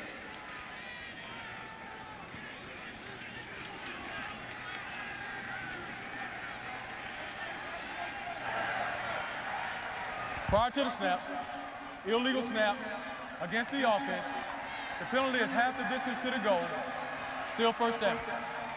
Illegal snap. Did he pick it up and turn it over down there or something? I don't know if he moved it too quickly or what, but yes, that ball whistled as soon as he moved the ball up front. And it was not a good snap either. I thought Hibble was trying to hand that ball off, but he couldn't even do that. Here we go. Spread out formation. 4 wide receivers on the 3-yard line. Your own end zone. Sprinting is Hibble. Wide open is Savage. And Savage muscles his way toward a first down. Well, let's check in on the Fighting Irish. Let's go to John Saunders in New York.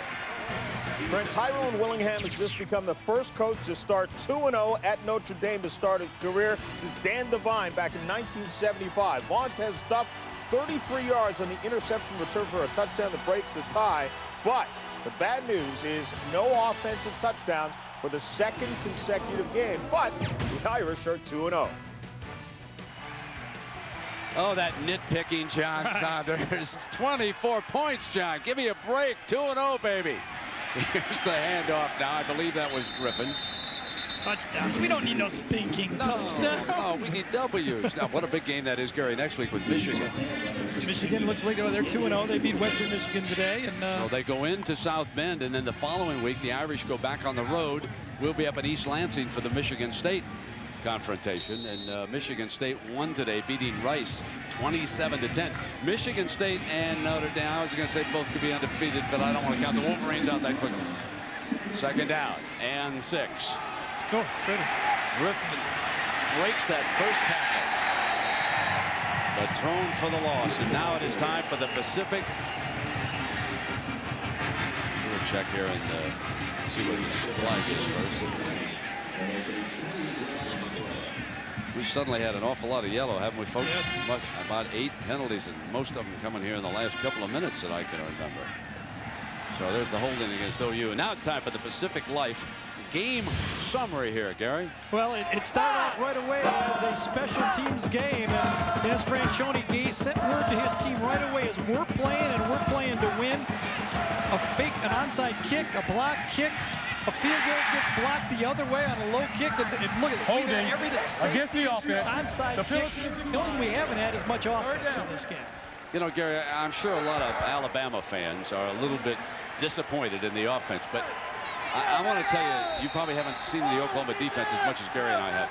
They're working against what we think is the premier defense in the United States. Certainly from a speed base, OU is #1 in the country.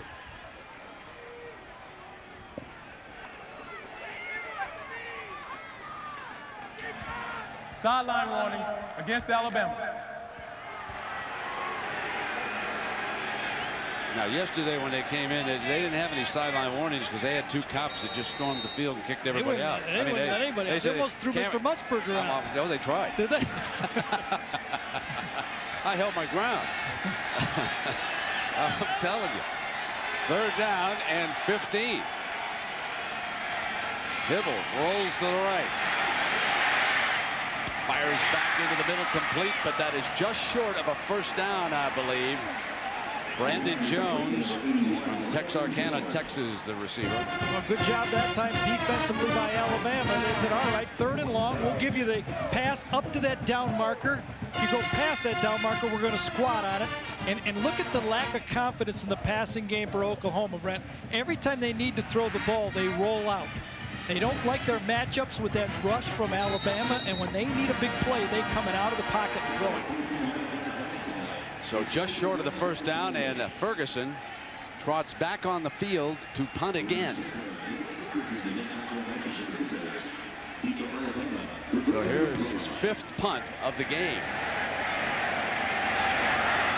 Fumble, out of bounds. Alabama has got it at the 21, and that is fortunate for Bama that it went out of bounds right there because OU was closing in a hurry. Yeah, but no matter what, and you mentioned the fact that Alabama fans might be a little upset. They're still in the game. They still can win this thing with this season. Absolutely.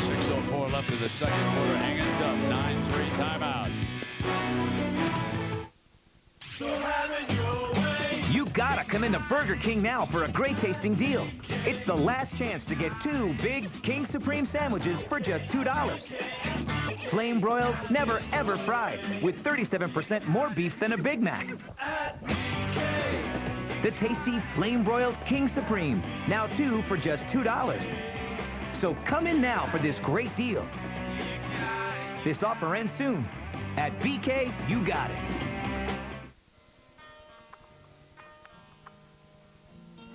I want to be a computer scientist. Helping young people realize their dreams. Astronaut. I want to be an accountant. It just may be the most important thing we do. I want to be a doctor. The University of Alabama. I want to play for Captain Todd. Dream a little, breathe a little.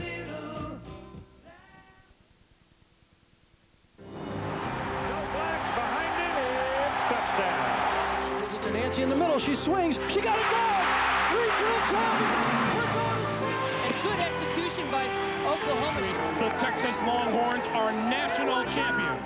And the winner is Eric Crouch, University of Nebraska. The first man in the history of athletic competition to go undefeated. Never a loss.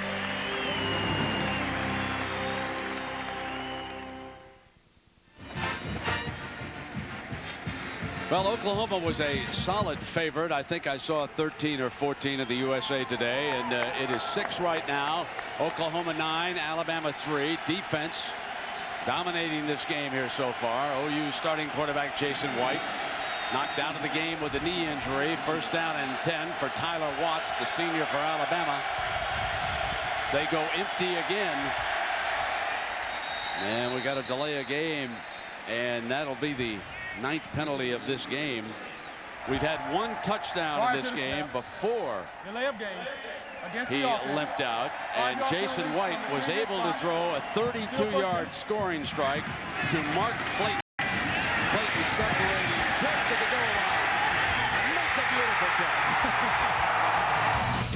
All right, you got to do, you go 1-and-1, you got to throw it deep. You know who's been quiet so far in this game is Jimmy Wilkerson. He's a playmaking defensive end that so far in this game has not made any big plays. The tackles at Alabama are very respected. Mathis and Britt. And they're doing a good job on the edge receivers. And that time it was Lance Mitchell The JC transfer stepping up to make another stop. You know, it's so tough to move the ball against Oklahoma, no matter how good you are on offense, when it's 1st and 10. When you give them a head start and make it 1st and 15, it's almost impossible. Take them on up front, and then the linebackers clean it up. This time it's Lance Mitchell. They just replace speed with speed around here, don't they? And there you go. We're looking at it already behind the downs. How many second and longs they've had? 8 of them so far in this game. Behind the chains. Watts hit. And a diving lineman after the ball. I guess it, and Jimmy Wilkerson came in just as you were talking about him and got free on Watts that time. He makes big plays, and he makes them all. I think he's at left Watch end the this offensive side. lineman Nope, here, he's the other folks. side. Take a look at the end of this play. I'll tell you, Portis, that senior from Pritchard, Alabama, come flying at that football. It's actually the other side, and a nice stunt play by Oklahoma. Tackle goes out. Jimmy comes around to the inside, right into Tyler Watts' space. No chance to complete that ball. Watson, the officials coming up on the Valvoline halftime show. John and Terry Bowden will have highlights and analysis from today's games. Tyler Watts is tough, huh? He's taken some shots in this football game so far. Yep.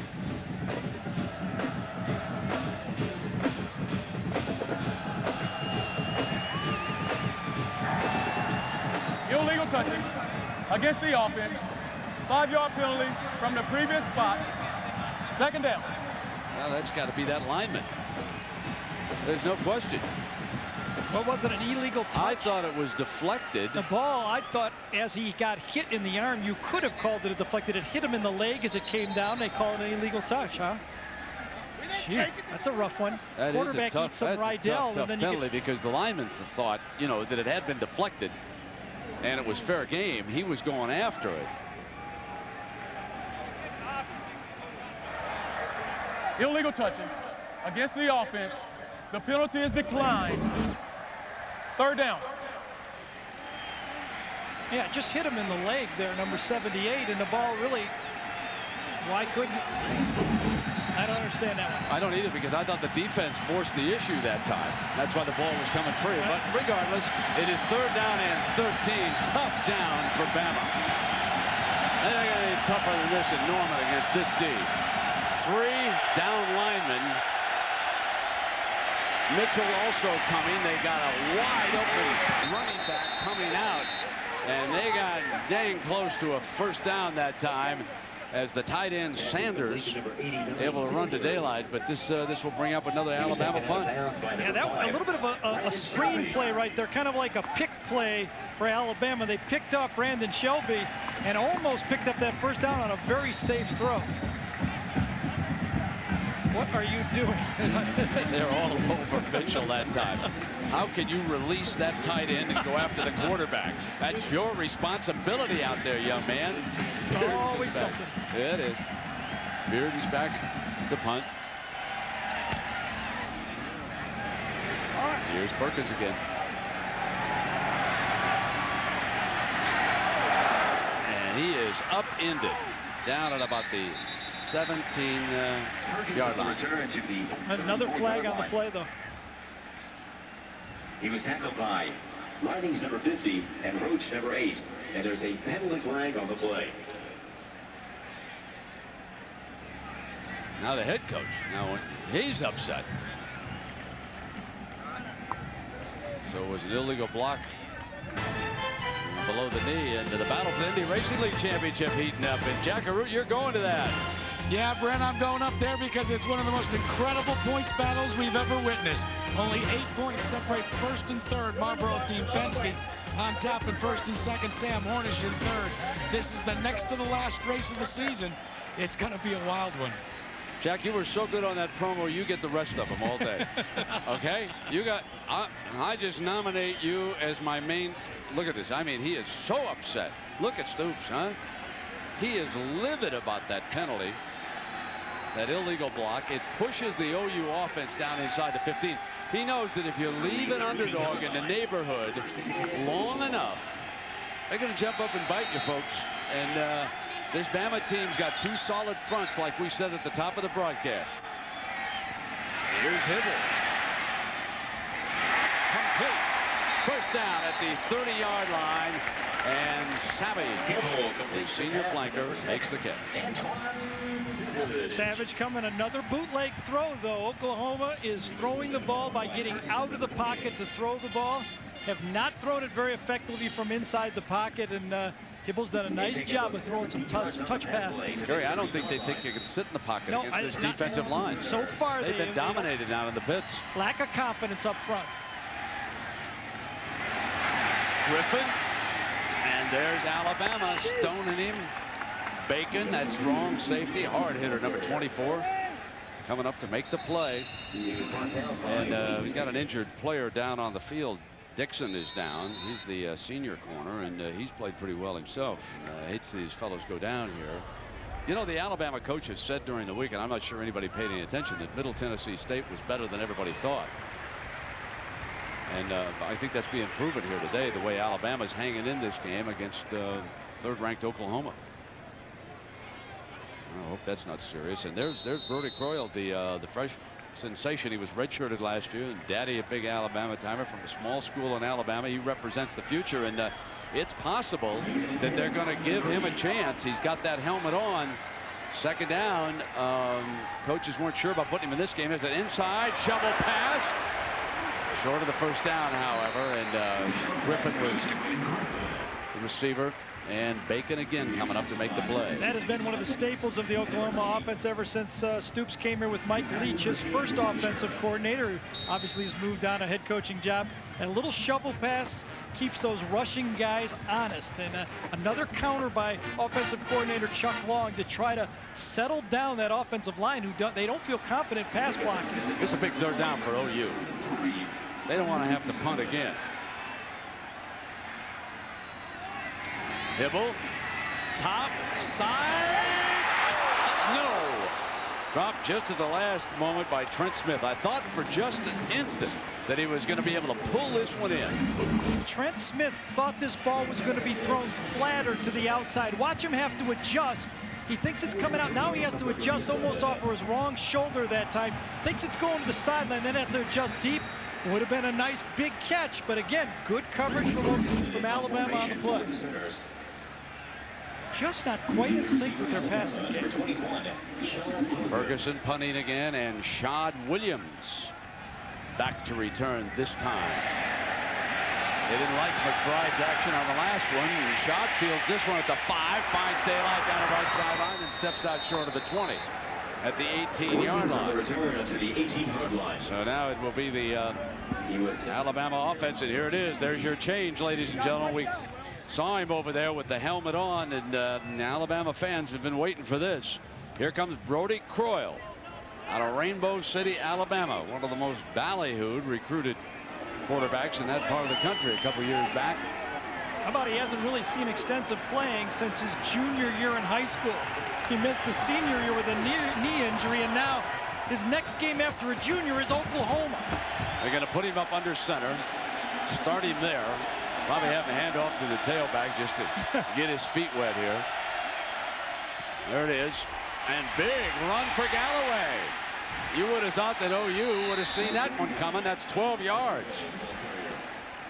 And Jack, I'll tell you, they think the world of Croyle down there in Alabama, my friend. Oh, Brent, they do. The book on Croyle is he has a cannon for an arm, but all of the coaches say they need to get him some seasoning because, as you said, Gary, he hasn't played in the game since his junior season in high school. They also had to, I'm sure, look across the field to Oklahoma and see what happened to Jason White. And with Tyler Watt's record, they want him ready. There's his first throw. Little high, but it's a strike incompleted at the 35-yard line. That's a gain of about 6 yards to Sam Collins.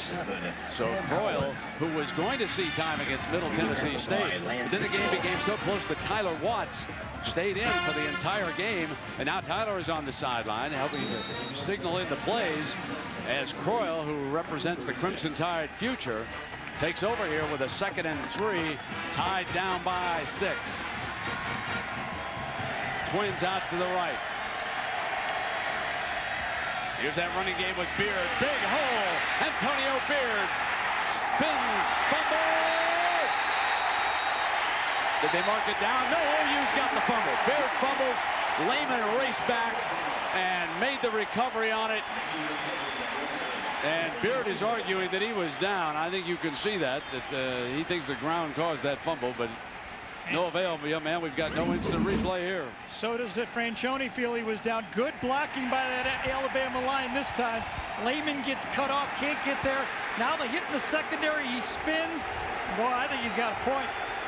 He was kind of coming down. His knee might have been down, and the ball spins, but it was tipped free. I thought Strait got his hand on it. I think Franchione may have just gotten a penalty over there on that sideline. He charged out onto the field, didn't he? Yeah, I think that's going to be a penalty against him. That's now you don't want to do that. You're right in the heat here, and you don't want to get your team into a jam. You just don't want to do that. I know it's tough over there, and doesn't look like you got one though. Maybe a warning. Maybe not. Maybe it's just a warning, huh? Good. Good. Okay, here we go. Plenty of time. OU offense now. Working with half a field. Hibble keeps it clean.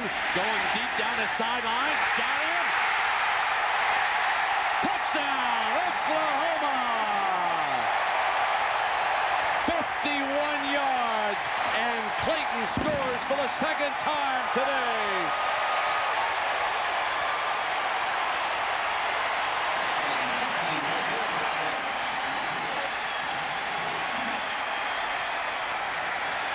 Nate Hibble had him wide open and laid it out there. Beautiful.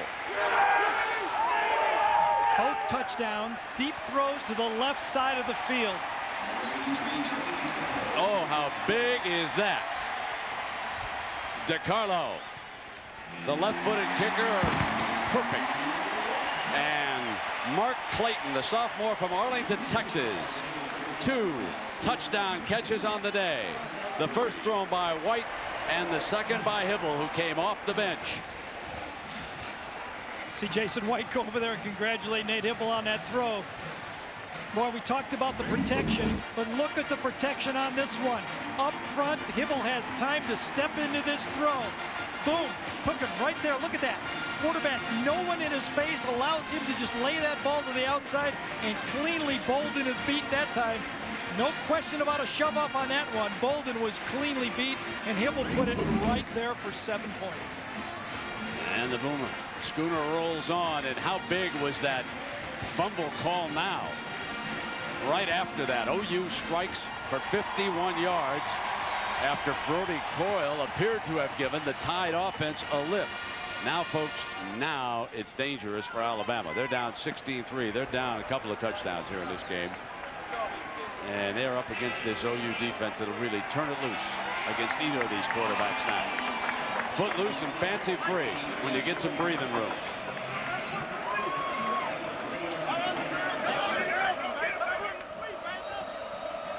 But Mark Clayton worked his way into this lineup last year with all those receivers coming back. He's a real deal out there. Caught a pass in every game last year.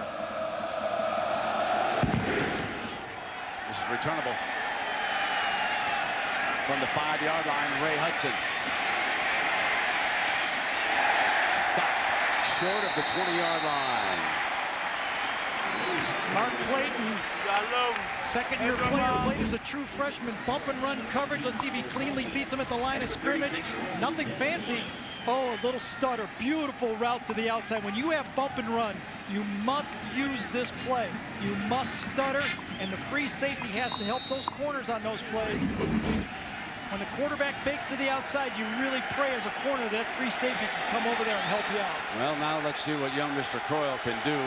Looks like they're going to put him back there in that shotgun. He had that running game going pretty well. And turnover now finishes the game, though, for Alabama. They must be careful. Inside handoff. Galloway's eaten up by Lehman. Great play by Teddy Lehman, number 11. Boy, Teddy Lehman, an All-American. Tommy Harris up front just blows up that play. Watch up front. The big guy, All-American, cover of all the magazine, just blows up this play. Runs into the blocking back, runs right through the tackle, and Lehman cleans it up. Boy, that's Well, a linebacker should go touch Tommy Harris and say, thanks, Tommy. Tommy Harris so far has caused an interception and got a tackle for a loss on 2 different plays. Second down and 15. Backfield empties out for young Croyle. Sprints to the right, fires high, incomplete. Oh, he's lucky. Well, Monday Night Football, the season premiere. It's a dandy. Al Michaels and John Madden, the Patriots, host the Steelers live at 9 Eastern, 6 Pacific. Get the complete history of Monday Night Football and a preview of the game at ESPN.com. Keyword Monday Night Football. Football season moves into full swing, and the Steelers, I think I saw that they were favored. Did I miss something last year? And the Patriots going to Pittsburgh going, no respect. The Patriots like the Rodney Dangerfield of the NFL. All they did was win the Super Bowl, beat the high-flying Rams. Hard to believe, huh? Third down and 15. Here's Bassey. Look for him to blitz. Here he comes. Setting the screen. Almost intercepted. That was Derek Strait, who's already picked off one, diving after the ball. Now it's fourth down at 15, and OU's defense now, they're just teeing Alabama up. You don't want to get into a passing game with Oklahoma. Too much talent in that back seven. Their linebackers run like safeties, their safeties run like corners, and their corners run like track stars. So what you're saying is you got to take it one at a time. You got to be patient. You have to be patient. Keep it a tight game. Win it at the end. Yeah, you're not in the last quarter. You're at the end of the second quarter. After it and almost blocked. So Nate Hibble's 51-yard scoring strike to Mark Clayton has really changed this football game completely. How about that fumble right before that pass, too? That was a big... I thought Alabama finally had something going a little bit. A first down, another first down on that run. And then on Derek Strait popped that ball loose, and big play right after a first down. Chuck Long goes for the deep one and gets it. Here is that fumble one more time. See, Strait, number 2, gets his hand on the play, and he knew it was a fumble right away, and then boom, go down the sideline with a stutter. And Chuck Long said his idea this year was we need to throw the ball down the field more. Too much dink and dunk last year. Wanted to let his big athletic receivers make some plays. Now let's see what Hibble and the Sooners come up with again. There's that sprint left, throw underneath to Savage. The pass is complete to Antoine Savage. There's our doubleheader next week here on ABC. Some good games around the country, then in prime time. Oklahoma has all 3 of their timeouts here on second and long. It might have been time to use one. He'll be on the play, 2nd and 10. Hibble from the gun. Got him open. First down. He had Curtis Fagan wide open on the right side. I always feel at the end of the half and at the end of the game, the quarterback has the advantage because the defensive backs just don't want to get beat deep. They take one step back. That was the biggest cushion Alabama gave Oklahoma all day. Easy throw. Alabama doesn't want to give up another bomb. First down inside the 45. Drop it off underneath. Griffin stops the clock. He's inside the 40-yard line. 32 seconds showing on the clock. And the Sooners, with all their timeouts, a few more yards, and at least they get a field goal attempt before this half ends. Well, Nate Hibble has come off the bench. Got to give him a lot of credit. Remember, we did it last year, Brent. We gave credit to Jason White being ready. Well, Hibble has kept himself in the game to come out, be ready, and go 10 for 13 in this game. Interesting what Kevin Wilson said. He said that this fall he's had a better attitude than last spring when he lost his starting job. That he really has kept himself in the game, as Gary pointed out. Pump fake Hibble wants to go down again to the man. It's incomplete. Wow. That was Mark Clayton, and he had a step. You know, you almost have to go for that. You just have to. If they're going to play bump and run on those guys to the outside, you got the matchup you've had all game right here. This time, Clayton delays the line of scrimmage. Now, at that point, the defensive back has no idea. So a running play, Bolden says, is this a run? Is this a screen? What is it? Oh, no, it's another deep one, and the ball was just slightly overthrown. Bolden better be ready. 27 seconds now. Third down. All the timeouts left. First down 2 would stop the clock. Hibble has got the first down and wide open. It's the DB goes down. And Clayton makes a move, spins, reaches to the 1-yard line. Oh, once the DB went down, it was hello green grass, 38 yards. Well, Carl Torbush that time gambled. He came after Oklahoma with a 6-man rush that time. He sent the backers inside, one-on-one to the outside, but they didn't go bump and run. And look at it. Watch it inside. Cross inside by the linebackers, and boy, right away, Hybl says, oh, I like this. Linebackers coming, one-on-one to the outside, and Clayton is just a natural when he gets his hands on the ball. Gets his hands on the ball, he says, I'll just stop this time, turn the other way, and almost hit number 3. Yeah, once the corner goes down on him like that, I mean, it's nothing to it. I mean, the safety was lucky to get over there to prevent the touchdown on that. Yeah, but you know, Brent, a lot of receivers don't have the patience to catch that ball, stop, like the Florida receivers. Here, he got inside technique, he beats him, and then he's bright enough to say, you know what, I'll just spin out the other way and make that corner tackle me, get to the outside, and he's thinking touchdown all the way. He's already scored 2. He's having a big-time day. Perfect situation for Oklahoma now. They got 16 seconds and 2 timeouts. Any play in their playbook could be run right here because they have a timeout right after the follow-up. 3 catches for Clayton for 120 yards and 2 touchdowns. Jack Arute, what a day he's having. Brent, he's having a great day, but I wanted to tell you a story about, you were talking about Kevin Wilson. When he first came here at Oklahoma, he brought a different philosophy, not only about the running game, but about offense in general. He said, every team has a weak suit. He says, we have to clean up that weak suit and make it a strong suit. He says it's learning how to play left-handed. Kewan Jones in at tailback in the power I formation. Play fake, Hybl going to throw for it. Smith dives incomplete out of the end zone. Well, he got pushed before he caught that ball that time. That could have been pass interference. Again, 2 timeouts, 12 seconds. You can run the ball or pass the ball. Well, Kevin Wilson might have bought a tough attitude here, but right now it's 16-3, and Oklahoma has minus 10 yards rushing. They've been doing it in the air. Now they passed for 217 yards. As Hybl, here's that option look, dives for the end zone, marked down and inches away from the goal line. Somebody's got to call timeout. Hybl did. He ran right up to the linesman and called timeout. Hybl was all over that. Well, here's a big call for the coach because they only have time for 1 more play now with 3 seconds. Do you take 3 points or do you go for the touchdown? It's a 13-point game. What do you do? I kick the field goal. I go for the touchdown. Why did I know you were going to say it? I let you go first. I gave you your choice. You go first this time. I still go for the touchdown. They have the game well, and I think they feel confident about the game, and they probably feel they could do either. But I don't know. I think it gives Bama a lift if they put no points. Does he land on the ball? No, he does not. That's a great call. Just short of the line. Helmet broke the plane and hit the line, and ball did not. You're only going to get 1 play. You're not going to get 2 plays. Stoops at home is going to go for it, isn't it?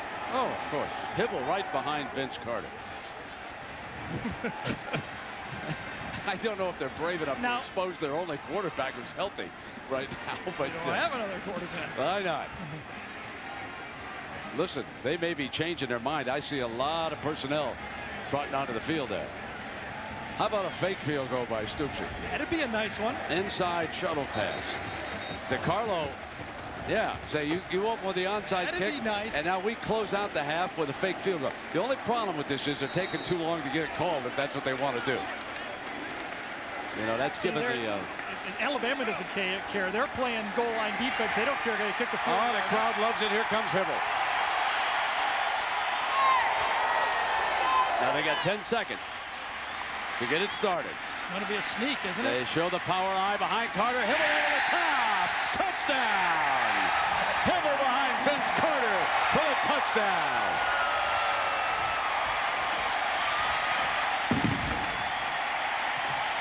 Now, does that make you right because he made it or what? Absolutely.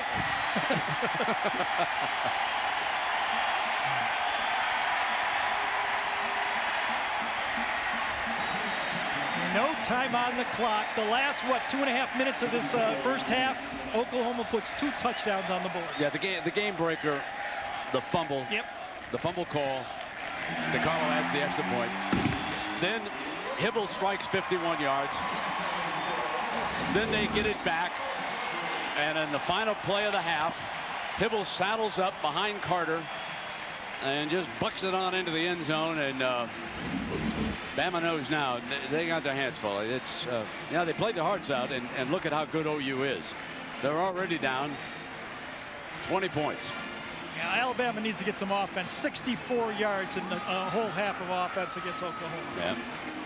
And it looked before the fumble had 2 fine-looking running plays. And let's check in with Jack.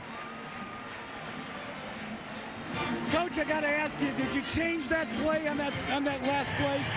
Well, I was back and forth a couple of times, but in the end, I thought, hey, we got to be able to make an inch, and we decided to go for it. Seen a lot of passing in the first half. What about the rushing game in the second half? Well, if you watch how they're defending us, they're standing up in there with 8 guys, 7, 8 guys, crowding the line of scrimmage for the run game.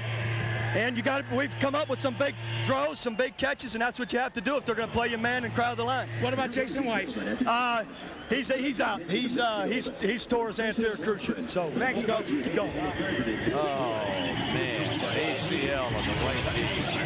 That's a bummer. Well, a lot of other things are going on around the country. Oklahoma leads here. So let's go to John and Terry in New York. Take it away, guys. Brent, thanks a lot. And as we come back, Jason White, you just heard it from Bob Stoops. He's out of this game perhaps for even longer. You started talking about him at the start of the day, but this system supersedes the quarterback. Nate Hybl, the same guy. He's got the same plan. You don't have to change anything. Have poise, leadership. Don't turn the ball over, but the playmaker was the coaches that called the deep ball. All right, second half still to come. Let's look elsewhere. Michigan, remember the last second win they had last week against Washington? A little easier today against Western Michigan. John Navarre, 25 yards to Braylon Edwards, and it was 21-0. Then Navarre again hooks up with B.J. Askew, 28-6. And John Navarre one more time. This one 39 yards again to Edwards. It was 35-6. Navarre had 4 touchdown passes in the game, just 174 yards with 4 touchdowns and 1 interception. Chris Perry over 100 yards for the second consecutive game. Remember last year he had only 2 rushing touchdowns in the entire season. Kent State against Ohio State. Jim Tressel leading his club in. And Kent playing for the first time. This is hard to believe. Joshua Cribbs picked up by Mike Doss, who returns it 45 yards for the touchdown. Ohio State scored early. They scored often. 14-0 lead at that point. And that would prove almost enough. They add more. Craig Prenzel goes 7 yards in a scream for the rookie, Maurice Clarett. But a terrific debut. He kept it going once again today. Had 1 on the ground and 1 through the air. 64 yards overall on 12 carries. Ohio State wins it 51-17. So these are the scores you would expect as the Big Ten is facing the MAC. But are these teams good enough to challenge the national championship? Well, they do what they're supposed to do against the MAC. They're supposed to win. But in the national picture, I'm not so sure. Both these teams, in my opinion, talented enough to win the Big Ten. But both of these quarterbacks not talented enough to win the national championship. And starting out the Big Ten lower ranked than a lot of the other conferences to start the year. When we come back, we will look around the country, all the scores and highlights, plenty of scoring for Oklahoma as they lead Alabama 23-3. You know, I don't know what my mother calls me more often, Jimmy or... You must be hungry. At her table, there's always a helping of whatever you want as much as you want. Just like Olive Garden's never-ending pasta bowl. Have Alfredo with penne. Or how about bolognese meat sauce with fettuccine? You pick your homemade sauces, you pick your pastas, you get all you want. Plus, unlimited salad and breadsticks for just $7.95. Tonight, I'm having it with my brother. Mom calls him... Did you eat yet? Olive Garden, when you're here, you're family. 20 years now, where'd they go? 20 years, I don't know. I sit and I wonder sometimes where they've gone. Need some help, old man? My boy. Generation after generation. It's good to have someone you can depend on. Midnight. Whose idea was this? This is gonna get ugly. Real ugly.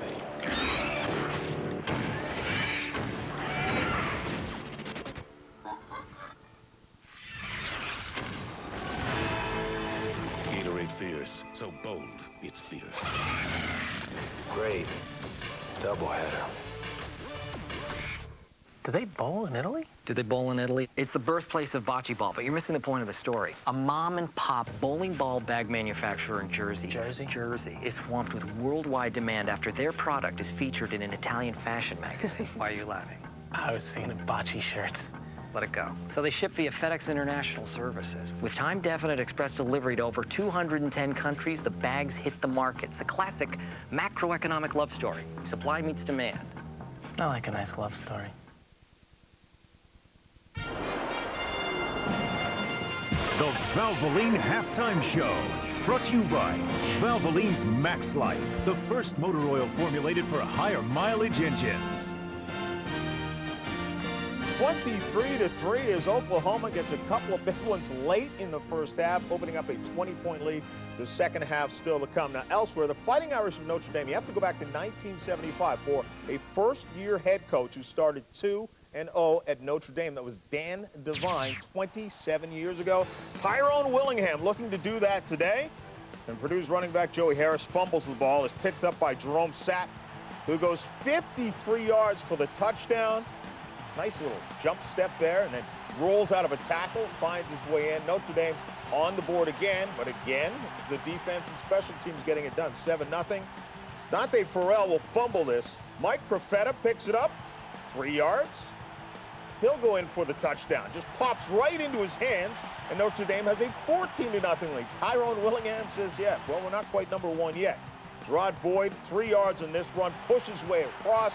Purdue back in the game at 17-14. Kyle Orton, though, back to pass in a 17-all game. It bounces around. Vontez Duff right into his midst. He goes in for the touchdown, and the Irish win it again to start 2-0. Holtz did not do that, and neither did Bob Davie. 24-17. Purdue turned the ball over 4 times. But the story in the day, if you have to look at what the Irish has done, if you look at the good, you have to look at the bad as well. They have yet to score an offensive touchdown this year. Yeah, that doesn't mean Tyrone Willingham does not know offense. We know he knows offense. Absolutely. It means they do not have players on defense. It takes players to make big plays, and Notre Dame does not have the players. So you're not out of the dark yet. You may find a way to win, but you're not going to win with players. You've got to have great defense, special teams, win the ones you can. With Michigan State coming up the next 2 games, it's going to be tough for old Notre Dame. Yeah, he's going to feel like he's in the Big Ten over the next few weeks, having played Purdue and Michigan State still to come. Oregon and Fresno State, yes, we got a bit of a surprise score here. 17-10 is the score. Fresno has the lead over Oregon at halftime. You see Jason Fife, 9 of 60 and 158 yards, but he has some work to do as he's fallen behind. Washington against San Jose State. Ezekiel Staples with a 4-yard touchdown run, but Cody Pickett has a touchdown pass now. So it's San Jose State 10 and Washington 7 as they try to stop from going 0-2. Michigan State facing Rice, 27-10. Jeff Smoker, 16 of 26, 213 yards and 3 touchdowns. Charles Rogers with 155 yards. West Virginia facing Wisconsin. Brooks Bollinger had a pretty good day. And he had a pretty good week last week looking for this guy, Jonathan Orr. 7-0 was the lead. And he hooks up with him one other time. Now, here's the way conference champions have started. Illinois is 0-2, of course, champions in the Big Ten. Colorado, champions in the Big 12. The ACC, you saw Maryland. They got rid of that. It's been a terrible, terrible start for all of those teams who were conference champions. But Wisconsin, we were talking about them. Bollinger had the good day. Because of the easy start to the season, it's the first Saturday in September. They're 3-0. And they're 3-0 playing great offense. But what they've got to do, if you remember Wisconsin, they always played a running game and great defense. Now that they've opened up their offense, it's a little bit like they've opened up their defense. But they're 3-0, still got some good defense to play, but you like the way they look so far. It looked like they learned from last year when they started so conservatively and stumbled out of the gate. This is the Valvoline halftime show. No stumble here as Hibble finds a deep one.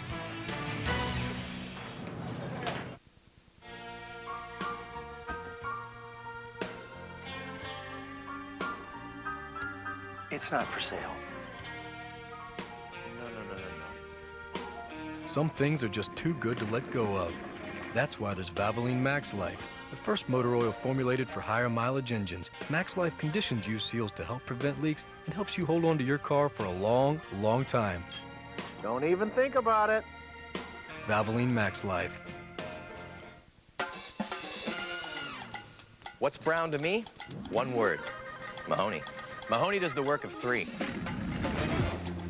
So instead of 3 different guys for ground deliveries, overnight, and international, Hey, how you doing? and 3 different pickup times, all I need is 1 Mahoney and 1 pickup. You wore the shorts for TV, didn't you?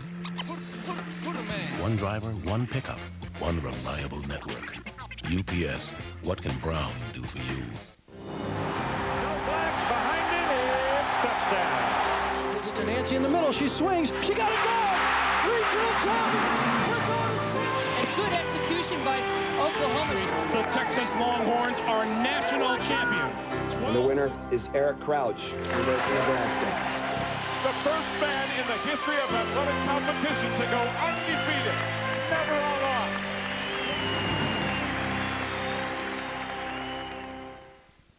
The University of Oklahoma is on the move.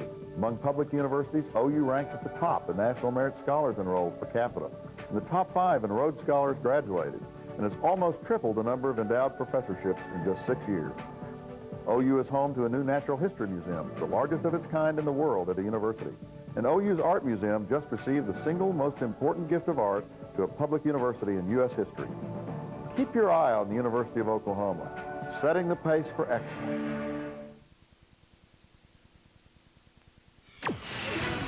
Welcome back to Times Square, the Valvoline Halftime Show. And a reminder, next week we begin at 3:30 Eastern Time, regional coverage.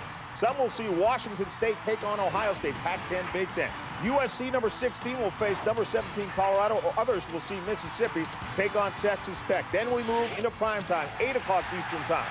Number 8 against number 25, Nebraska and Penn State. Others will see number 2 Texas facing North Carolina. Texas thinks they're in the hunt for a national championship picture. That's all next week right here on ABC. And welcome back to our Times Square Stadium studios. John Saunders alongside of Terry Bowden. You know that Miami has the nation's longest winning streak. Who has the number 2 winning streak? Pitt. 7 consecutive games, looking to make it 8 against Texas A&M. Derek Farmer, 3 yards on this touchdown run. A&M has a 14-0 lead. But Pitt starts to fire back. Rod Rutherford, 2 yards to Chris Wilson. First the pump, then fires it in there. It's at 14-12. 2-point conversion to tie things. Rutherford's attempt is broken up, so Texas A&M hangs on. But Terry, Texas A&M has to be concerned. Mark Ferris, starting quarterback, 5 of 13, 80 yards, and was pulled. I don't get it, John. I'm telling you, a 5th-year senior, the first 2 games, they pull him during the game. They don't even know their own quarterback. His 5th year, they've never quite figured out their offensive passing attack at A&M, and they have great defense.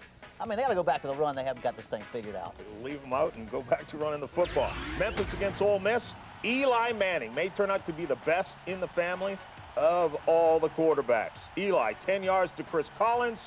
He's wide open. I think, Terry, you could have thrown that one. 17-7. Manning, this one a little bit tougher. 15 yards to Pearson.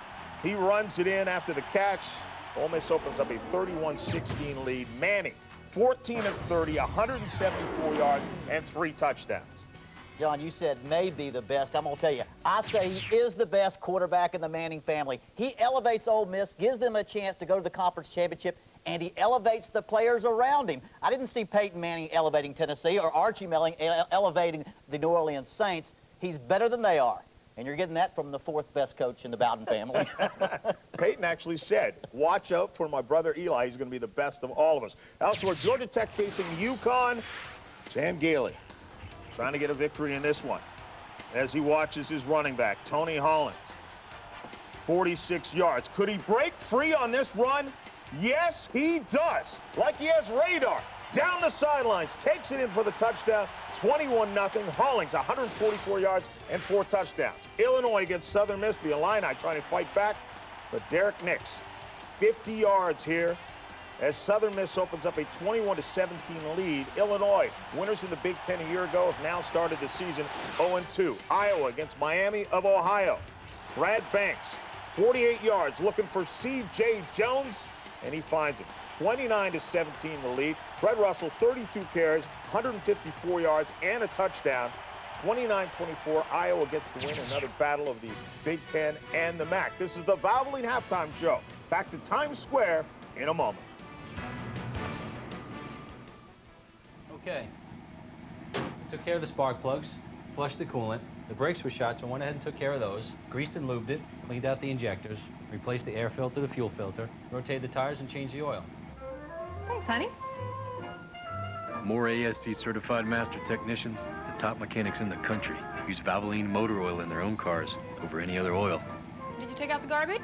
Sure did. Separated bottles from cans. One of the bags was leaking, so I double bagged that. And the roof's going to need some work. I can get to that next week.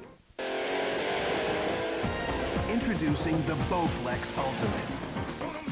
Quite possibly the best home fitness machine ever made. Bowflex is so effective that we guarantee you'll get the results you want in 6 weeks or less.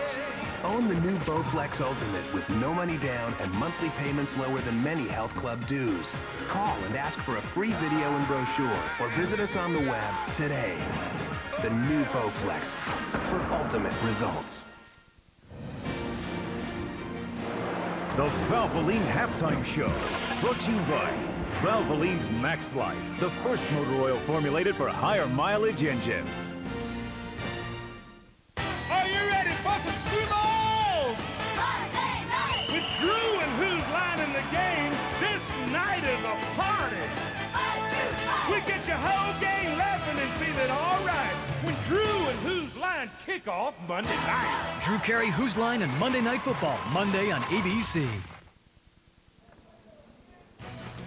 John Saunders and Terry Bowden here back in Times Square. We've heard that there's a pretty good game being played in Gainesville, Florida, I understand. The #1 team in the nation, Miami, taking on Florida. The Gators have marched the ball a couple of times, got it down, missed a 35-yard field goal, though. Rex Grossman, he could win the Heisman if he has a great game here. He'd be in first place, but he's got 4 new defensive backs. The last 4 went to the NFL. I think you should find the 2 that are not going to go to the NFL and burn those guys. Ken Dorsey, the other guy who could win the Heisman out of that game. Washington State facing Idaho. Everyone loves Washington State in the Pac-10 this year. They got a 14-0 lead, and that's where it stands right now. They've just added one. 21-0 is the score there. We, of course, will keep you up to date with all of the scores from around the nation, including that #1 game we'll see after the game. Right now, back out to Brent Musburger. Brent. At halftime, the Pride of Oklahoma Marching Band here in Norman. The director is Brian Britt.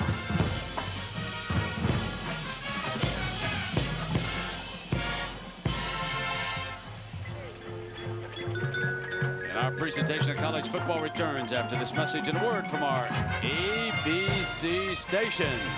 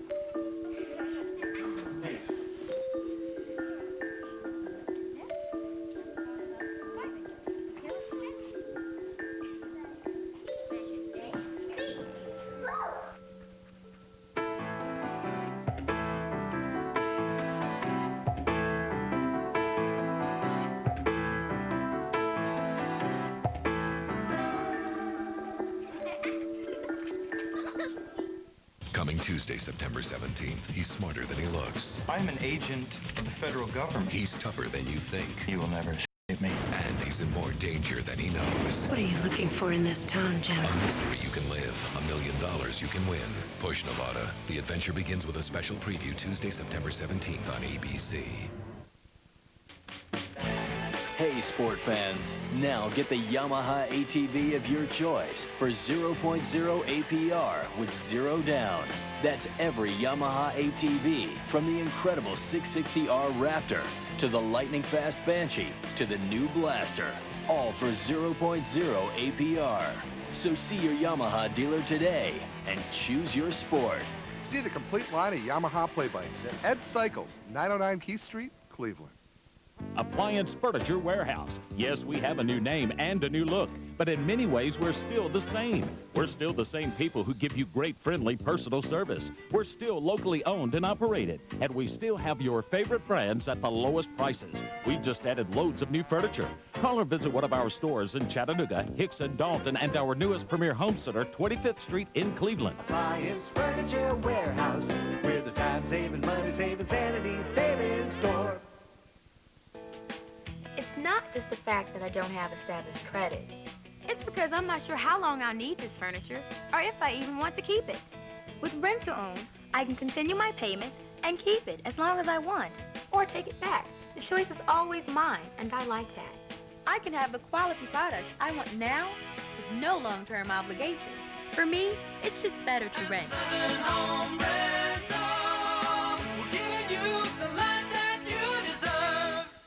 Your home for news, for weather, for sports. You're watching ABC Sports, the class of college football.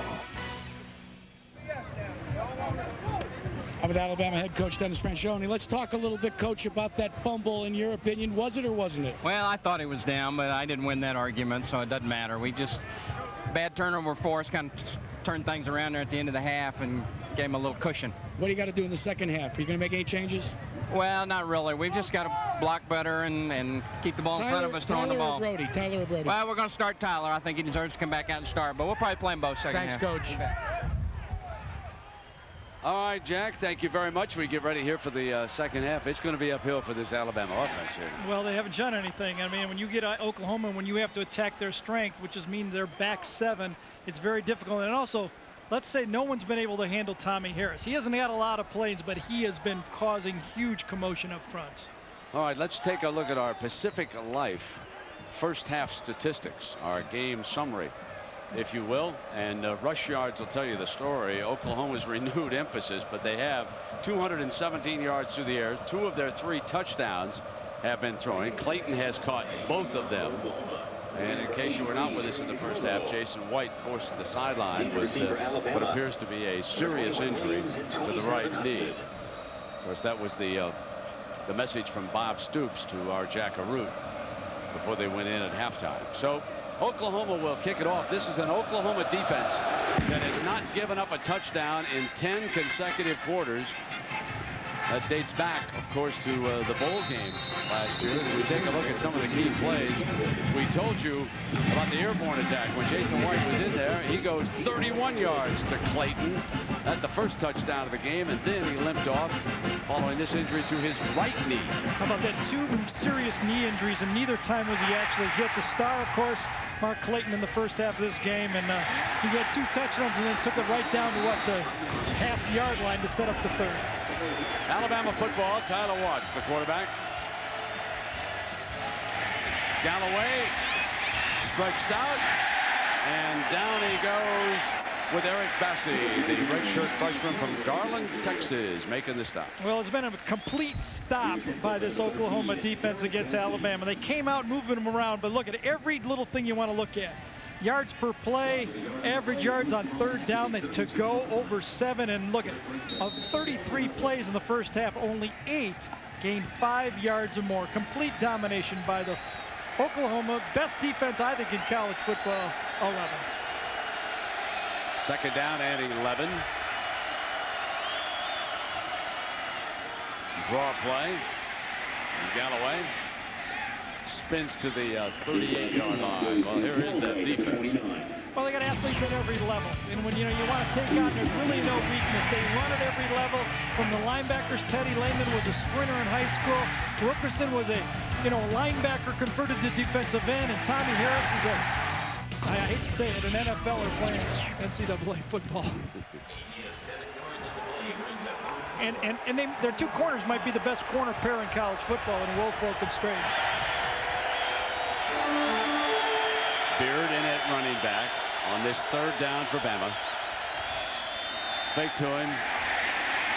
Watts will take off, has the first down to the OU 49-yard line, and Lehman making the stop. He's been really active. That was an 11-yard run for Watts. Yeah, off of a pass play again, not by design, but he does it well. But these 2 guys, I mean, they have 1 interception. That was kind of forced by Tommy Harris. But, you don't even get a lot of balls thrown at these guys. The coverage is so good.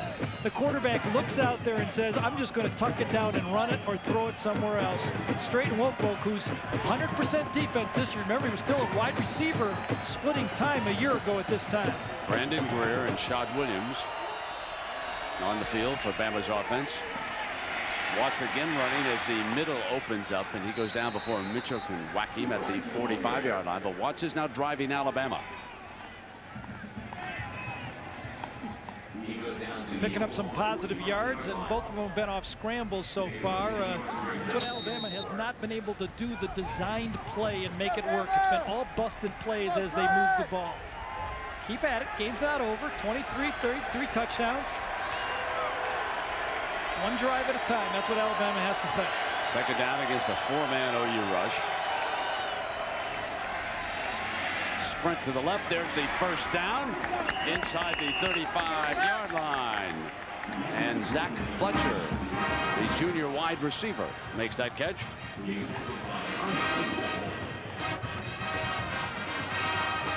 The sprint out has done well for both teams in this game. You're going to see the quarterback sprint out to his left, and then Fletcher comes off. Wolfeck's backing up, giving him too much yardage, and that's an easy pitch and catch, Brent, that at the beginning of the game, had Alabama converted a couple, might be a different tone set on this football game. Well, Alabama with 4 first downs, and 2 of them have come on this drive.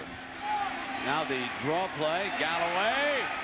And he picked up 8 or 9 yards on that running play. So this is the best looking drive of the game, if you will. Everidge and Mitchell making the stop for OU. You watch now. Mike Stoops will now start to blitz. When somebody starts to move the ball against his defense, he'll start to bring his linebackers and put pressure on that offense. He'll challenge his corners to go man-to-man instead of sitting back. He'll put pressure on it and say, go ahead, corners, if you're so good, stop them. Second down, Bama needs a yard. Power I. Motion out of it. Run Galloway for the first down. He busts his way to the 15-yard line. Some hard running going on here. It's almost like Alabama changed its concept here at the halftime. Instead of razzle-dazzle, fancy motion, shotgun, they're saying, let's just go back to Alabama football and take them head up here. Well, they came out with a couple quarterback runs, but they did run a draw play pretty well, and this time on short yardage here, that's the best the Alabama line has done, playing, just coming up, turning out, and playing power football. Sideline warning against Oklahoma. That is their first. Each team has a sideline warning. It's like the old illegal defense in the NBA. Yes, exactly. Each side gets one. Okay, now we're square, and let's go. Let's see if Oklahoma now comes after this Alabama defense with at bringing people and try to force the action. Collins comes through the formation. Straight chases him, and they run Galloway back. Fumble! He was Mitchell, but he was down. The linesman said he was down, and Franchione said, what was that call earlier in this game? That one was really close. We looked at it, 5 or 6 times up here. We saw the ball and the knee come out and touch at about the same time, and who knows? This one, though, very clearly called by the linesman that his knee was down before the ball came out, and yes, I think that's what happened. Knee came down and the ball was slammed out.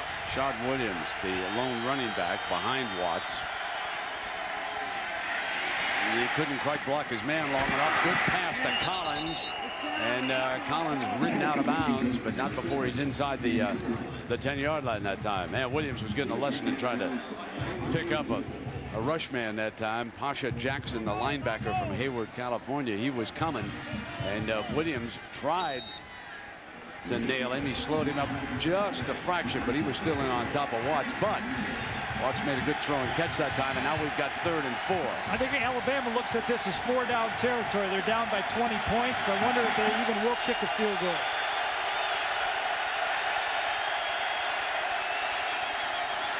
Galloway close to a first down. It'll depend on the spot. It's going to be real tight down there. The 5-yard line would have had it clean. The marker is just shy of the 5-yard line down there. You got a good runner like Tyler Watts. I agree with you, Gary. There's Bob Stoops urges that defense. Yeah, 20-point game. You're not going to get many drives against this Oklahoma defense, you figure, so you got to make it count.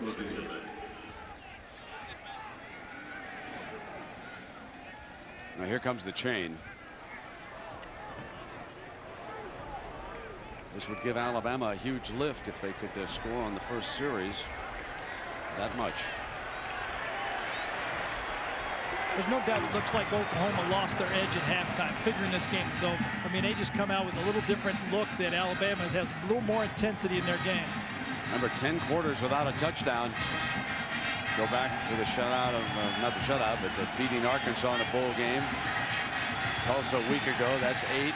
Now we've had 2 quarters here without a touchdown. Here comes 4th down. Last 2 times in short yardage, they've run an ISO with the backside guard pulling around and leading. Let's see if they do it 3 times in a row. Well, they'll put this ball in Tyler Watts' hands. You think option football? It's 4th down.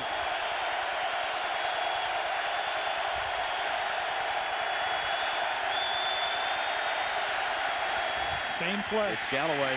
Yep. 1st down. Dives to the 3-yard line. Same play. Yeah, you're right. Galloway has been a strong runner on this drive, Gary. Yeah, give it to them and that offensive line. Dennis Franchione has found a power game here. He's turned it over to that experienced offensive line, and right now, Alabama has more intensity in this game than Oklahoma. They're just Oklahoma not matching the intensity that Alabama came out of halftime with. Well, up against speed rushers, football men will tell you, and they have for time immemorial. You run right at speed rushers, and that's what Oklahoma is, and Alabama's running right at them right now. Galloway crease in the middle, powers to the end zone. Alabama touchdown. The first touchdown in 11 straight quarters against the OU defense, and Bama is fired up. That drive started back on their own 34 after that ground ball kick, and now the OU coaches and players will have to regroup, and we've got, guess what, a flag. There might have been some John going on in that end zone after the touchdown. I thought I saw one of the Bama players walk up into one of the OU players' chest, but let's let the referee sort it out. No, it's against OU. Now they get a choice now, right, Gary, this year, if they can take it on the extra point or they can wait for the kickoff. Exactly, but that'll help them. I think right now I would just kick the extra point and take it on the kickoff if I was them. They don't need to go for 2 here. No, absolutely. 3 touchdowns and extra points. Dead ball. Personal foul against the defense. The touchdown is good. The penalty will be enforced on the try, half the distance to the goal. Now he said on the. Oh, and Everidge throws a punch. Absolutely. After the John started. Everidge got knocked down late and kind of came up slapping. Yeah, not wise.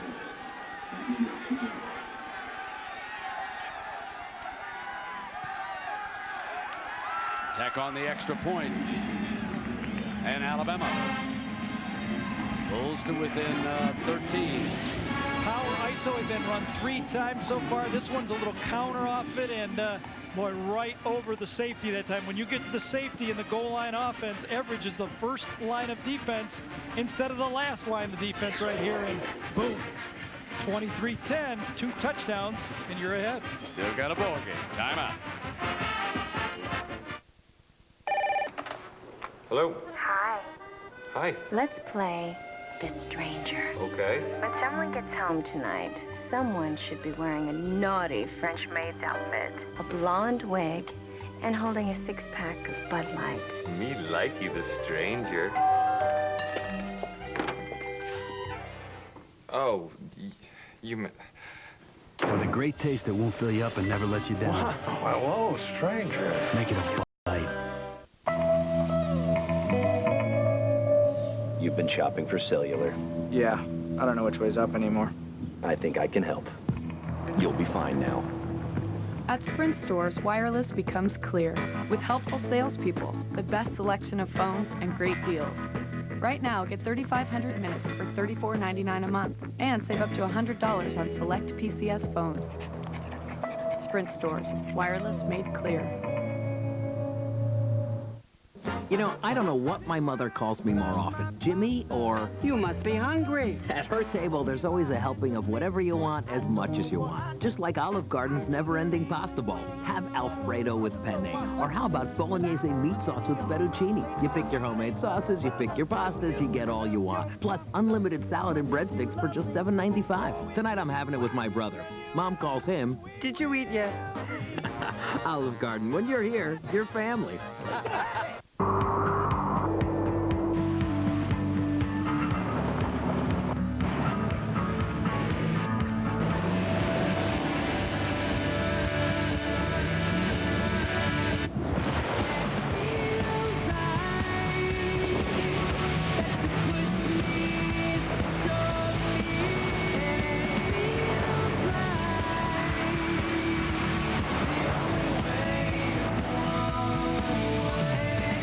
these two fingers down and hold it with your thumb, and you go, hook 'em! Hook 'em! Nebraska, Penn State, or Texas, North Carolina. Next Saturday night on ABC.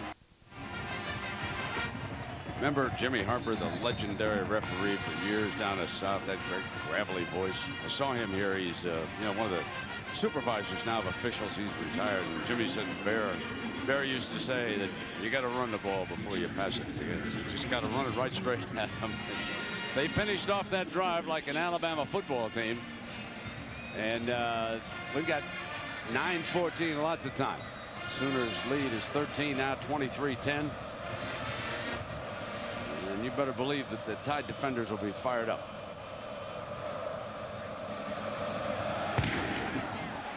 Hang it high.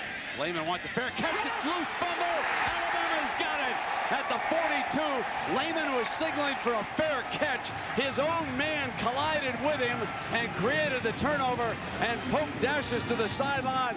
Bama's got it back. And Smokey Hurst, number 57, did not react well to the pooch punt. Watch Teddy Lehman, bottom of your screen.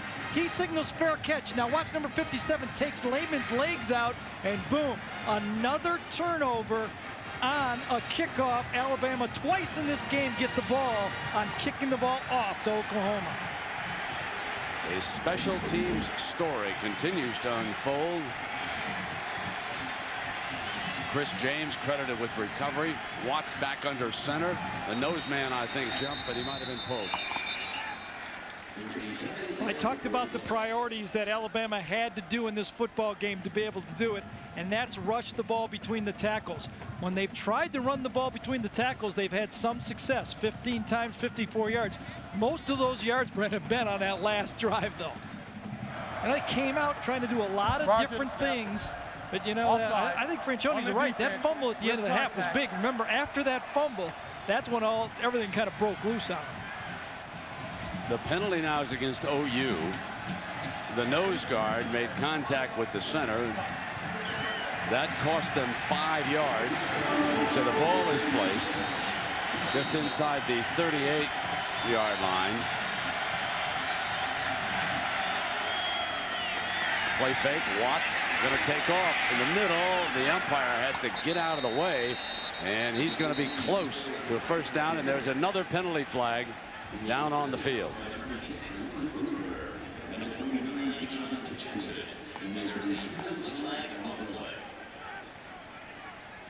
And Alabama seems to be headed back.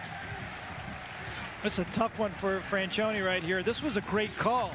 I thought that Tyler Watts could have put that ball down the sideline. He had his tight end, Donald Clark, I believe, number 93, matched up man-to-man against a linebacker, and you got to throw that ball up. Got a linebacker running with his back to the quarterback, and you got a tight end looking back, able to pick that ball off.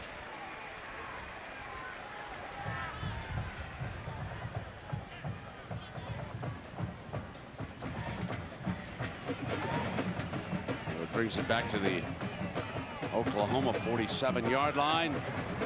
9 minutes to go in the third quarter. Oklahoma leads Alabama by 13, but Bama has scored this quarter. Now we've got first down and 15 after the 10-yarder, and they're still straightening things out. These officials have had a few problems. Who's flatter, Brent, the Oklahoma defense or the fans? Because the fans are totally just flat right now. As quiet as it's been all game. First and 15 for Watson, Bama. Galloway, Lehman wrestles him down.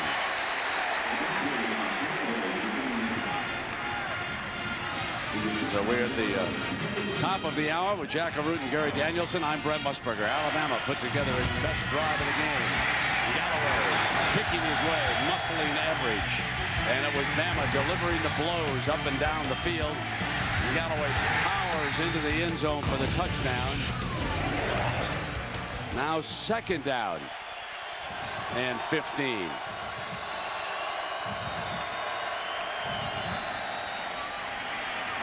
Watts gets protection, middle, Collins at the 11-yard line. First down, Sam Collins, the senior, makes the grab.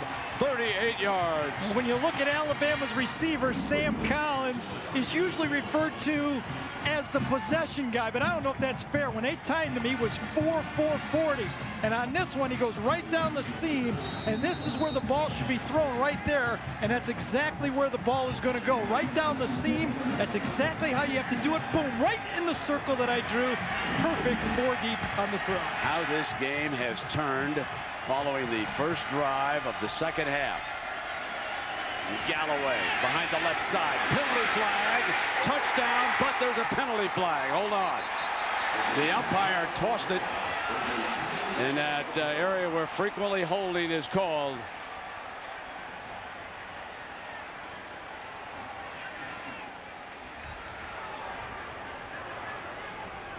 He's had 13 penalties already in this game. Wow. And this one costs Alabama a touchdown. Well, I thought the last penalty was big. They put him 1st and 15, but this, they just keep getting bigger. Sam Collins, boy, the seam route. What a throw by Watson. Collins just tracks this perfectly thrown ball, keeps his concentration right in between Etheridge and Woolfolk that time. Beautiful throw by Watts. His best of the game, Brent, by far. Nice feel, I thought, by Franchione to go back with Watts. He said he deserved for him to play in the second half, and that was a great call. Now back at the OU 21. Wide open. And dropped on the outside. Theo Sanders. You could not have gotten more wide open than Sanders was on that play. He had about 20 yards of green grass in every direction but the sideline. And the guys on the sideline aren't playing. Look at this throw. This is one. Run through it. Run through it. That easily should have been caught. That's a guy that just isn't comfortable catching the ball on the run right there. Yeah, they've used him as the H-back lead blocker throughout much of this game, and they saw that no one was picking him up. So it was a beautifully conceived play by Alabama. Now Watts sprints left. Throws back to Fulgham, who's got it at the 15-yard line. And good news for comedy fans, the Drew Carey Show and Whose Line Is It Anywhere premiere early Monday, along with the regular season premiere of Monday Night Football. Drew and Whose Line now on Mondays here on ABC. Brent, you know, I got to feel at this time of the game, it's when Roy Williams used to make a play for Oklahoma. And right now, you got a freshman, Eric Bassey, who's going to be a great player, number 13 playing. But where's that big play from a guy like Roy Williams? That's what Oklahoma needs right now. Alabama searching for its own big play on 3rd and 14. Watts had a defender in his face, drops it off to the safety valve. Short of the first down. He's inside the 5-yard line. That's Antonio Beard. And let's check in on Stanford. Here's John Saunders as the field goal team comes on the field. All right, Brent, up against Boston College. Brian St. Pierre, the BC quarterback, steps back, steps up, throws into the flat. Bad decision there. Michael Craven picks it off and sees nothing but daylight. 33 yards for the touchdown. Stanford leading 27-17, just about ready for the fourth quarter, and Miami's up 6-zip. Here's Ziepel for the field goal. 22-yarder on its way. No good. Man. Michael Ziepel. Man, he let the air out of the Alabama balloon, didn't he? Timeout.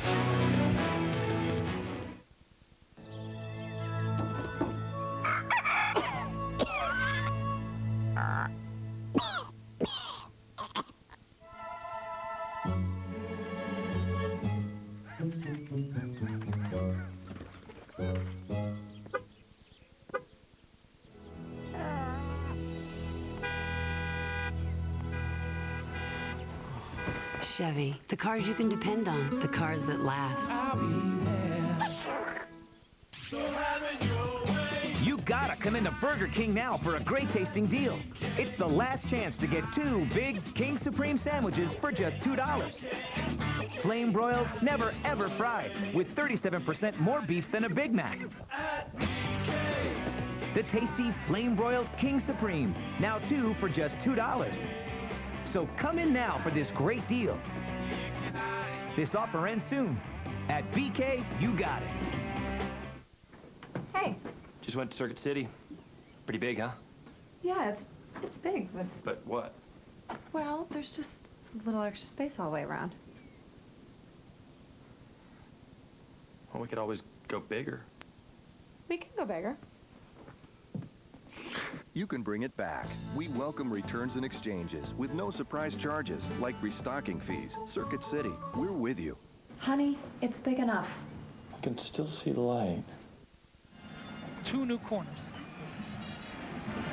Alabama's had 50 snaps here so far, and Oklahoma 39. And Alabama's doing some juggling back there in that defensive backfield as the 2 corners were burned. Anthony Madison, the sophomore, on the field, and Charlie Peproth will start, and Hibble on the move will take it out of bounds. And ABC Sports presentation of college football brought to you by Chevy. The cars you depend on, the cars that last, will be there.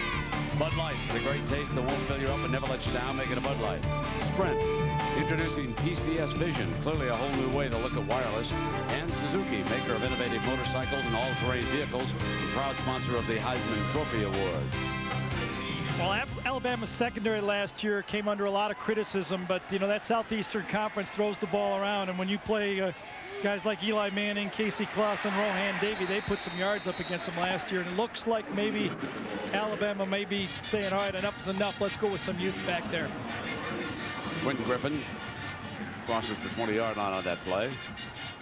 And it'll be 3rd down and 9. And Oklahoma just hasn't done much here this half so far, after they closed the second quarter with a flurry. It's not like they thought maybe the game was over, and they're trying to get themselves psyched back up. And better find Mr. Clayton, who scored 2 of their 3 touchdowns. Hibble runs away from pressure, fires high, caught, but I believe that's short of the first down. Well, Alabama was ready for Trent Smith on 3rd down. They talked about it. They talked about it on the call to us when we talked about Carl Torbush. They knew that Trent Smith was their 3rd down go-to guy. You can see it right there. Gerald Dixon, the starting corner, is matched up against the tight end for Oklahoma, who they say we treat him just like a wide receiver on 3rd down. And they did that, and they ended up getting a stop. That's Williams back to return this. And he'll get a crack at it.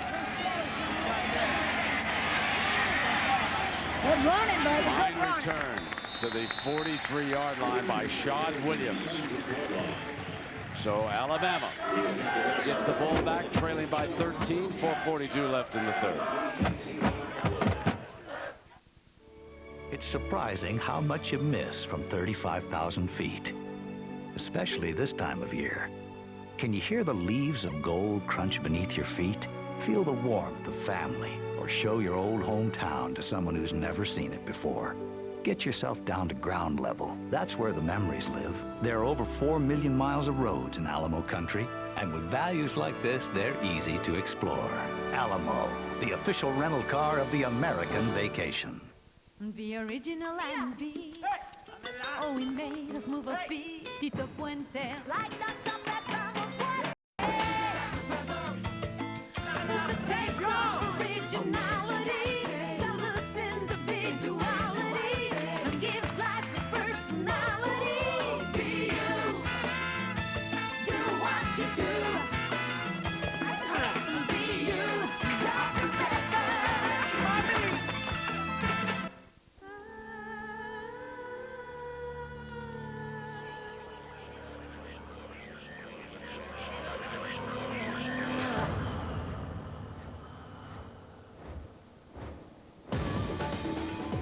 From the minds that brought you the Hayabusa and GSXR sport bikes comes the all-new Quad Sport Z400.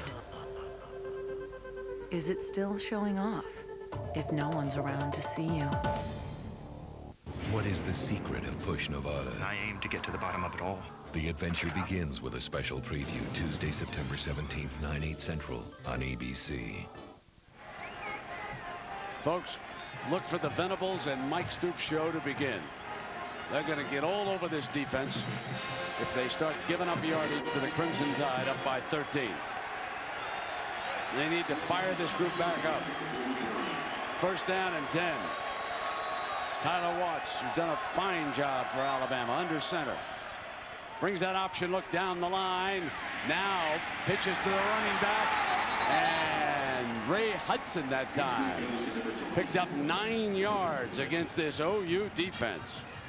And here's the play right here. Roy Williams, number 13, would have been the guy on the pitch. It's going to be option to the wide side. And watch, you tell me Roy Williams wouldn't have cleaned this one up, because watch, here comes a guy just bulleting in here right now, and see if this shouldn't have been a tackle. The young freshman ducks his head, and it's a 9-yard gain.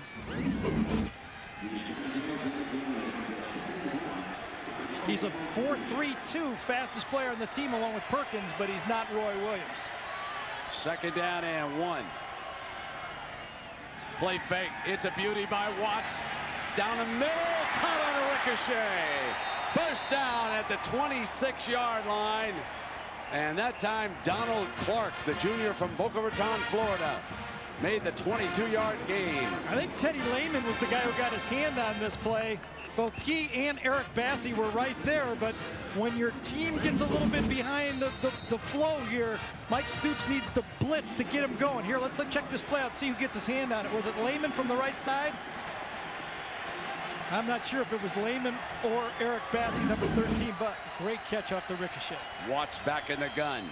They keep Hudson on the field, and he makes it to the 22. And let's remind everybody again that Monday night, it's the season premiere rematch of the AFC Championship game. The Pittsburgh Steelers and the New England Patriots at 9 Eastern, 6 Pacific. Can Tom Brady do it again? And the Steelers will attempt to open with a W on the road as Venables and Stoops try to fire up this unit. And Tommy Harris, for all the raving, Gary, in the first half, he's on the sideline. 2nd down and 7. There's the draw play, and it is eaten up that time as Hudson couldn't get anywhere because Eric Bassey, that redshirt freshman, did it that time. Jackaroo. Well, Brent, you talk about Venable and Stoops having to fire up their defense. It has already begun. In fact, what they've done is in that last series when OU was on offense, they had a little personal audience with the entire secondary. One-on-one. A lot of shouting, at least one way. It's 3rd down and 10.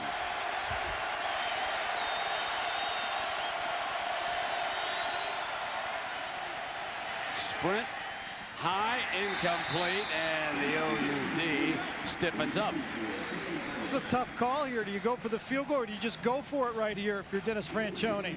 I think they're just going to go for it on 4th down, the way they've been kicking the ball. This guy's regular personnel on the field. Yep. This is going to be tough to pick up. One of the reasons Tommy Harris is on the sideline is because Alabama's had the ball the whole quarter, and this Oklahoma defense is gassed. They need to reach the 15-yard line. Watts, middle, incomplete. No, he had Fulgham open wide and threw behind him that time. Missed a 1st down and perhaps a touchdown that time. Absolutely. The worst throw of the game for Tyler Watts at the biggest time. Look at the opening right here. Fulgham's going to come out, and he should catch the ball right in the middle. The ball is thrown behind, sets him up perfectly. Look at the open field right there. If this ball is thrown between the hashes, it's a completion. The ball is thrown way behind the receiver, and Alabama is forced to turn the ball over. Worst throw of the game for Tyler Watts. Now, what Oklahoma needs is a little ball control. A few 1st downs here in this half to rest that tired D. 1st down, Nate Hibble. They're still winging it. Stops the clock and brings up 2nd down and 10. Yeah, we talked about how many plays that Alabama has run, and that was the 4th play of this half, 23-4.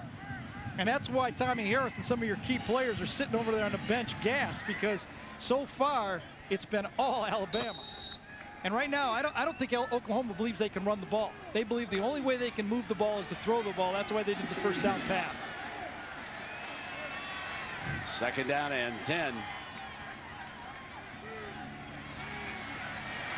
Blitzer doesn't get there. Hibble's in trouble though, and going to be ridden down Beautiful job by Antoine Odom, the defensive end from Alabama. And let's check in with John Saunders. Brent, Boston College trying to mount a comeback against Stanford, but the march is coming up a little bit short till this run here by Derek Knight, 9 yards, takes it in for the touchdown, and BC is within a field goal. Still plenty of left in the fourth quarter. And Chandler, we got plenty of time left too. Third down at 15, still 2 minutes in the third quarter.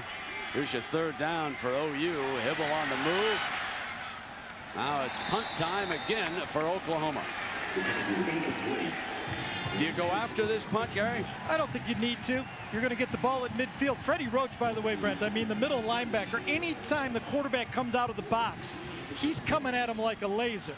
And that's why Nate Hibble had to throw that ball before he was ready. I mean, you can go after him. You can just play it safe. You're going to get the ball between the 40 and the 50-yard line once you get it. Well, Coach Bob Stoops now hoping that brother Mike and Brent Venables are ready for a little defense. Blitz blocked. Bama's got it. Touchdown! Touchdown! There's a penalty flag down on the play. Taylor, who blocked one earlier in this game, just blocked his second punt. And it's going to be a touchdown the way they're celebrating on the Alabama sideline. It's going to count. Another special teams play. Only 6 men on the line of scrimmage. The touchdown is good. Taylor again comes right up the middle and takes it right off the foot. It wasn't a slow kick by the punter that time. Takes it right off the foot. It just sets there, picked up and right into the end zone. Man, oh man, Brent, you smelled it out that time. Yeah, well, they were having so much trouble sticking it in the end zone. I thought, needed a big play. You know, you've already had one, so why not go after the other one as the extra point is added? And I'll tell you, I think it was Leslie Williams that got that punt that time, number 48. That's who I thought it was, coming from the right side of Oklahoma. Untouched, Oklahoma turns and just lets them have. I don't even think they had the punt block on. They had the return on, and Williams says, all right, I'll go. And Taylor picks it up and scores. So Taylor, man, what a day he's had as Williams comes through for him that time. Leslie Williams is a junior from Stone Mountain. He blocks it. And Lance Taylor, who blocked the first one, and he picks it up for the touchdown. And how excited are the folks down in Alabama right now? I mean, they're dominating this half against Oklahoma. We did a game a couple years ago like this. Remember, Brent, we did the Michigan-Purdue game that at halftime Michigan had dominated Purdue, and all of a sudden Purdue gets off the mat and wins the game. This is what's happened to the third quarter. No offense at all from Oklahoma, and that first drive that Alabama put together, really, they caught life over there, and now they believe they can win it. Jackaroo. Brent, one of the things we learned when we talked to the Alabama coaches is their emphasis on special teams is almost as good as Frank Beamer's.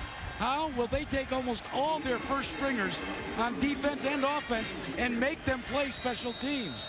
Tell you what, right now, special teams is bringing the bacon home for Alabama. Yeah, and help from our couple of fellows named Williams and Taylor. Now Tomerdale. Martin Tomerdale has done a great job with those special teams. They hoist up that short kick, fielded on the hop, and Oklahoma will have it at the 28-yard line as Antonio Perkins had to move up on the bounce. And I'll tell you, there's a swagger in that Alabama step right now, ladies and gentlemen. You can see it coming on and off the field, and the coaches over there on the far sideline, they know they're in a ball game now. Tonight on ESPN, South Carolina looks to continue their early season success. They'll take on the Virginia Cavaliers. College Football Saturday presented by the U.S. Postal Service on ESPN. For more information, log on to ESPN.com. Oklahoma dashes onto the field, desperately needing something good to happen. The reverse fumble, and they get it back. They almost gave it up on the 20-yard line. Ball was punched as Jarrett Johnson came in there and made the play defensively. I tell you, Again, Oklahoma looking for a finesse play to get their offense going. They've been running sprint outs. They've been running bootlegs. They've been running fade routes. They can't run the ball. They thought they could be physical and run the ball. Minus 21 yards rushing for Oklahoma. 2 3-and-outs this half. Second down and 17. Hybl is going down. Well, Hybl didn't like that one. He did not look good there, did he? He had his eyes on the pass rush that time from the get-go. Let's check in with John Saunders in New York.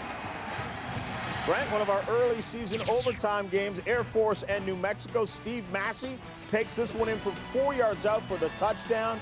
New Mexico, as you know, gets a chance, but this is 4th and 8. Casey Kelly goes to the end zone, broke it up. Air Force wins again, 38-31. Yeah, John, they beat up on Northwestern pretty good last week, so now they're 2-0, and Moorhead getting that sack that time makes it 3rd down and 25 for Hybl and OU. Sacked again, and this time it was Kenny King coming backside. The defensive line dominating the football game for Alabama. They're only rushing 3 guys this time. Kenny King, Freddie Roach, number 8, the middle linebacker. As Quentin Griffin goes wide, the linebacker goes right with him. Now watch when Nate Hybl turns to throw. He flashes out to throw the ball to the outside, and here's the linebacker. He says, whoop, I can't do that. Just in time for the big guy to come around the corner to get the sack. That'll do it. But how about this Alabama team? They got a shot. We'll be back with the Money Quarter after this message and a word from our ABC station.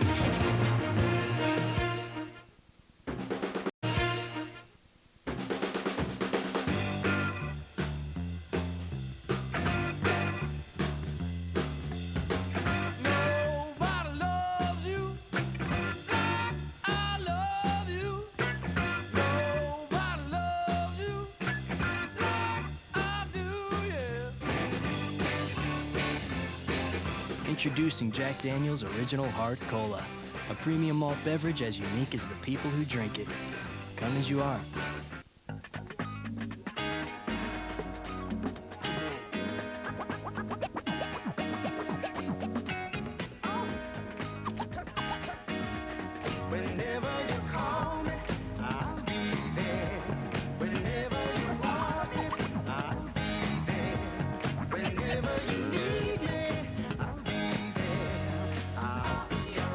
Cars you can depend on. Cars that last. Chevy. We'll be there. It's what a network can do when it puts its mind to treating viewers with respect. It's your quality alert. Jennings uncovers one gem. In Search of America continues tonight.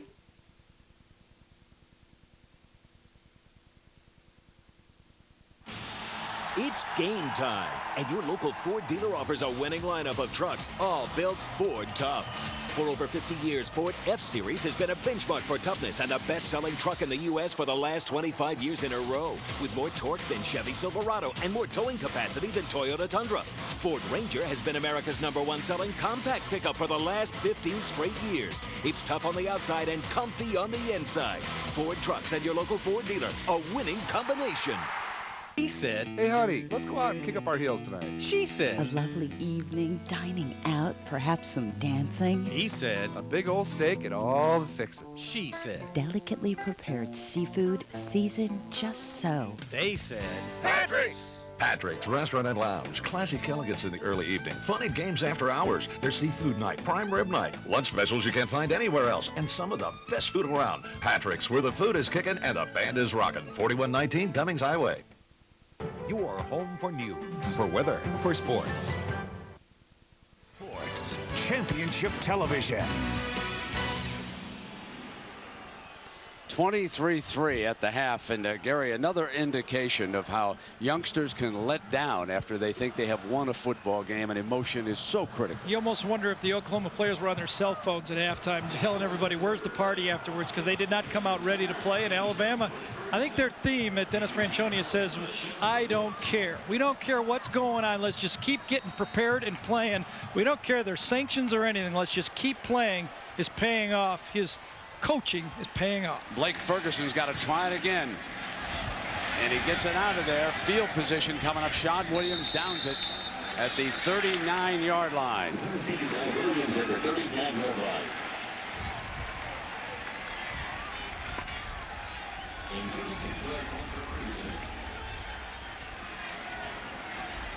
Well, short field for the defense. We asked Bob Stoops about his animated defensive coordinators, and here's what he said. We all understand we can all disagree with each other, and that's part of the heat of the moment of making adjustments and getting things right. And they have a great working relationship. And our players, I believe we project energy, excitement, and an attitude into our defensive players, and it comes from those coaches, all our defensive coaches. They got Collins in a foot race on a reverse. He doubled back, made his way to the 35-yard line. It'll be 2nd down and 6 coming up for Bama against that OU defense. That was supposed to be a reverse pass. That time, Oklahoma did a great job of playing their defense, not letting a trick play end up being 7 points. Trondos Luke, number 84 that time, was deep in the end zone looking for the home run ball on 1st down. 2nd down and 7. And Alabama trying to generate still another drive. Watson's going to pull back after coming down the line. Nobody's open. He'll take off. And this will be 3rd and short coming up. Jimmy Wilkerson makes the stop. The Oklahoma secondary did a nice job on that option play. It was an option pass play. You get a team tired, and right now Franchione has decided to play a little finesse football with them. 3rd and medium. This is a huge pickup, huge stop for both teams. Boy, I haven't seen a game turn this quickly in a long time. Brandon Shelby on for OU. They go dime in that backfield. 3 down linemen. Watts comes back, caught, but I think that's short of the 1st down. I don't know. It's very close. Maybe he'll get it, Gary. It's very close. Anyway, they could go now on 4th down. I think that ball was tipped, too. I think it was tipped, and it was a great reaction. Got it. 1st down. I thought he had it, and Collins, a tremendous reaction on that tipped ball. Go to the outside here. It's an all-out blitz by Oklahoma. Strakes on him, man-to-man. Ball gets tipped, and watch this reaction. It's a knuckleball. He catches it. Just enough for the 1st down. Inside that 30-yard line for this Alabama attack now. On the draw, Galloway runs away from pressure, keeps going to the 21. A great run as he got away from Brandon Everidge, the safety. 12:50 to go in regulation. And Alabama has made a great stand of it here in the 2nd half. And this is the first meeting between these two schools during a regular season game. They've met in 2 bowl games. And you can see the yardage this half, how Alabama has totally dominated this football game. 2nd down. Play fake. Got a wide open man. Out at the 10-yard line, and that is the tight end who dropped one earlier, Theo Sanders. And man, he really wrapped it up. He gave that ball a bear hug that time. Well, this time, I love a coach that comes back to a guy who blows a play. You just call your plays. The guys can't catch him. You call the plays you should call. You don't call a game and be afraid of someone. See the guy coming out into the flat this time, had it wide open last time. This time not as open. A little easier catch, more at his helmet.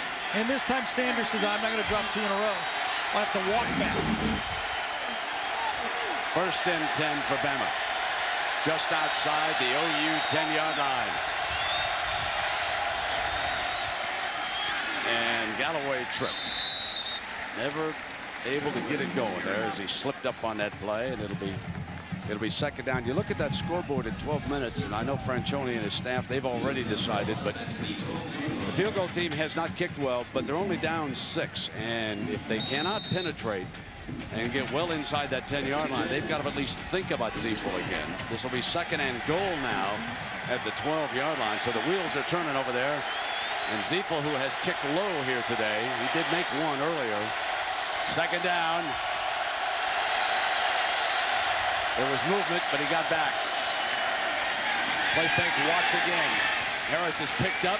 They go back to Sanders. Sanders stopped at about the 8-yard line, and this is going to be 3rd down. Man, Harris was breathing fire and trying to get at the quarterback that time. Good, sound, smart plays by both sides here right now. Alabama is probing, play-action pass plays, power ISO plays. Oklahoma's countering with a solid defense, not giving them anything easy. Look at the difference between Tyler Watts in the first half and the second half. Only, I believe, one bad throw in the second half, and he had the guy wide open on 3rd down. 3rd down for Alabama. Inside the Sooners 10. Watts sprints right. He's got daylight. Crosses the 5 and makes it a tough decision now on 4th down. Let me tell you, he's down at about the 3-yard line, and this one is going to be tough. Called timeout, I think Franchione said.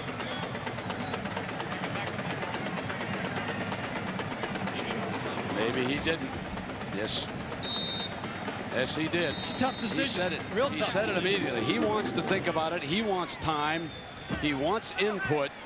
They're at the 3-yard line. We'll take a break.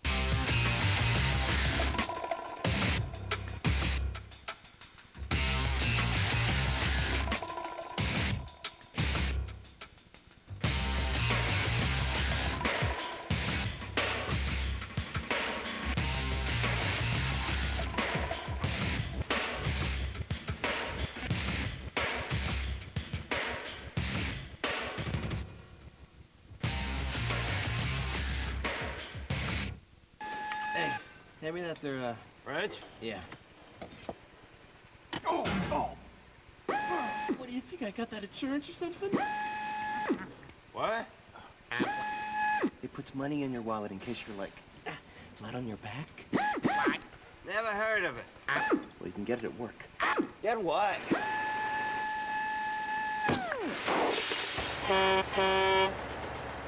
Aflac. Ask about it at work. Monday, Drew tries to lose 300 pounds of ex-wife and may lose I have something important to tell you. the love of his life. The Drew Carey kickoff this Monday on ABC. Michael Ziepel will attempt the field goal for Alabama unless it's a fake. Made one from 45. The 52-yarder was blocked. This is a 21-yarder from the right hash for Ziepel.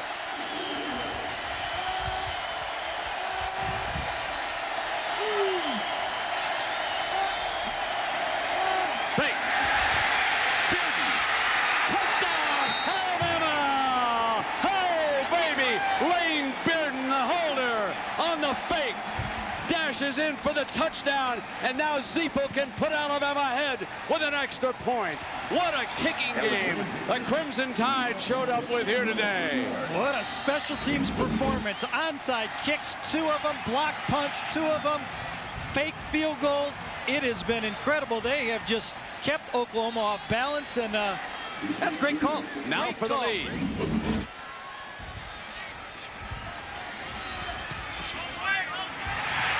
Got it. Oh, yeah. What a coaching job by this staff.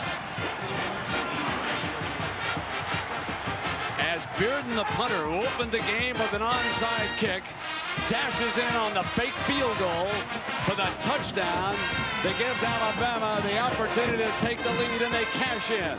Timeout.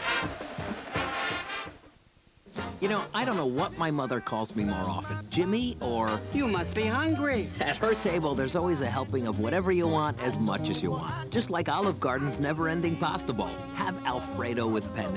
Or how about bolognese meat sauce with fettuccine? You pick your homemade sauces, you pick your pastas, you get all you want. Plus, unlimited salad and breadsticks for just $7.95. Tonight, I'm having it with my brother.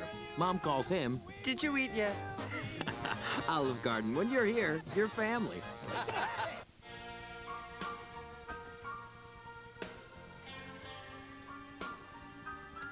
It's not for sale. No. Some things are just too good to let go of. That's why there's Valvoline Max Life, the first motor oil formulated for higher mileage engines. Max Life conditions use seals to help prevent leaks and helps you hold on to your car for a long, long time. Don't even think about it. Valvoline Max Life.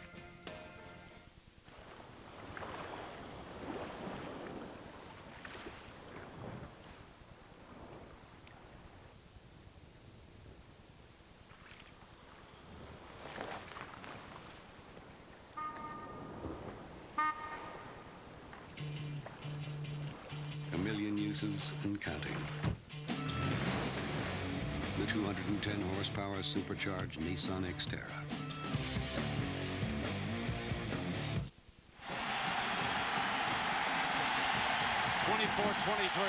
Alabama riding its special team success. The Nissan Drive summary: 9 plays for 39 yards in 4 minutes and 37 seconds. Mark Tummerdahl, who played college football up in Minnesota at Concordia, got his first job as a graduate assistant at Wyoming back in the mid-'80s. And you can see what Tummerdahl, spell it T-O-M-M-E-R-D-A-H-L, and send him an NFL contract. This is the most impressive special teams performance I've seen in years in college football. 6 different plays on the special teams in this football game. And Bearden, who's been at the heart of several of them, will kick it off. What will he do this time? Line drive fielded in the end zone, and Savage picks his way far short of the 20-yard line. Gary, this has been unbelievable. It really has. Started off right. This is the opening kickoff of the football game. Went to the first punt right there. Tipped. Great field position. A blocked field goal. You know, they also missed the field goal, but boy, there's the block punt that got him a touchdown, and that happened in the third quarter. Now in the fourth quarter, they faked the kick, did not feel confident in their field goal kicking game. They have not kicked field goals great, but they've made it work. Doing it with mirrors almost with the field goal kicker. Now it's up to Oklahoma. They have not done a thing. Hibble, incomplete, a diving attempt by Trent Smith, the tight end.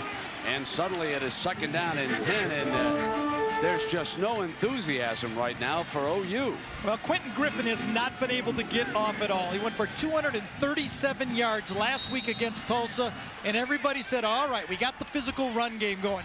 Today, Quentin Griffin, what's he got? 9 yards. He's 9 carries for 3 yards. Look at that. Look at that stat. They put one of their speed fellas in.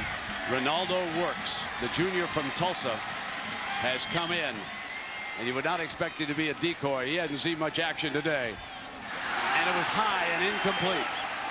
Moving over on him was Derek Pope, a linebacker, and it has been a tale of 2 halves, as our Pacific Life game summary will show you how Oklahoma dominated the first half. Airborne to Clayton, not once, but twice, from 2 different quarterbacks. But then in the second half, Alabama moved center stage. Touchdown Taylor. Fake by Bearden. Touchdown Bama. Now it is third down and 10. And remember, Oklahoma is working into the wind, coming into their face here in the fourth quarter. And remember the last home game for OU a year ago. They were beaten by Oklahoma State.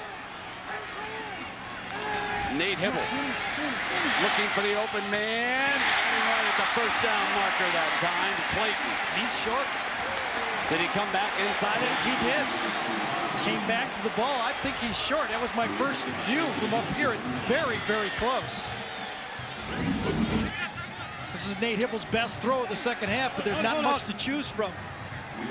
Good protection. Finally got time to step into a throw. Good throw. Comes back, puts it right on the numbers. But no cheapies. Alabama's giving no cheap deep throws. They're making Oklahoma earn every yard. I think it's short, isn't it? Yes, it is. Still 9:39 to go. Now, what do you do now? It's Bob's turn to make a key decision. I mean, the way they're punting the ball, this is what you get paid the big bucks for, right? Exactly. He's going to punt it, or he's going to fake it, one of the two. Yeah. Considering how special teams play has been today, you never know what you're going to see next. You know what really that is? That means that Oklahoma's likely only to get the ball back twice more in this game. Rashad Williams back deep now.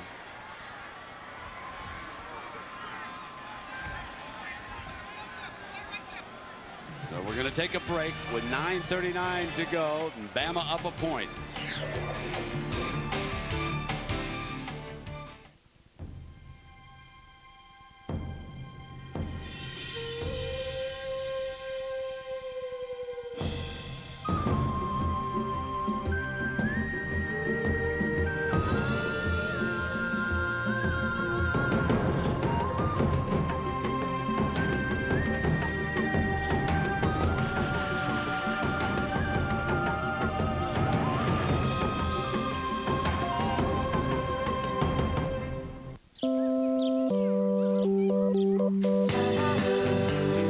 There's a better way to soothe your skin after shaving. Nivea for Men Aftershave Balm has advanced moisturizers and vitamins to soothe and improve your skin. Nivea for Men. More evolved skincare. Taste buds, two kinds. The little yes men sitting at the tip of your tongue sipping new age mango flavored tap water, and the boys in the back of the class getting all the glory. So for them, there's new Red Fusion from Dr. Pepper. Red Fusion. Who's your soda? Yeah, fine. I got this card for the air miles, but they hit us with airline restrictions and blackout dates. Feels like we're in prison. We are never gonna get out of here. Honey, use my Miles One card from Capital One. Capital One. With Miles One, there are no blackout dates. Fly any airline and get a 9.9 fixed rate. What's in your wallet? It's the season premiere. Michaels and Madden join the Super Bowl champion Patriots as they take on the Steelers. Michaels and Madden are here for Monday night. Can't believe it's the same two teams, Gary. It is hard. You couldn't find two people in this press box that were from Alabama that thought they could come back into the second half of this football game. Only the guys on that sideline really felt they had a chance. And Oklahoma went into halftime and thought they had it. And it looks like Bobby Stoops has changed his mind. Fourth down, and he better make this one. He's going to get some heart up there, too. That's a big part of Carter that and game. Hibble lined up. This was a touchdown. They're going to hand it off. First down, and almost broken by Jones. Kewan Jones gets the first down, and OU keeps possession. They pull around and lead right here with the fullback. This is a play they've been working on in practice. Are we tough enough? They've been saying all spring and all fall that we're a different, tougher team. And right then, they had to prove it. And Brad Davis did it for Kevin Wilson, the new line coach, the left guard from Baton Rouge, Louisiana, number 69, threw a critical block on that fourth down play. And now a fresh set of downs at the 30-yard line. Oklahoma down a point. Bobble on the snap, and Hibble will go down. There's flags all over. Yeah, I think Quentin Griffin went in motion that time. I don't know if that was supposed to be a direct snap to the running back or not, but that was discombobulated.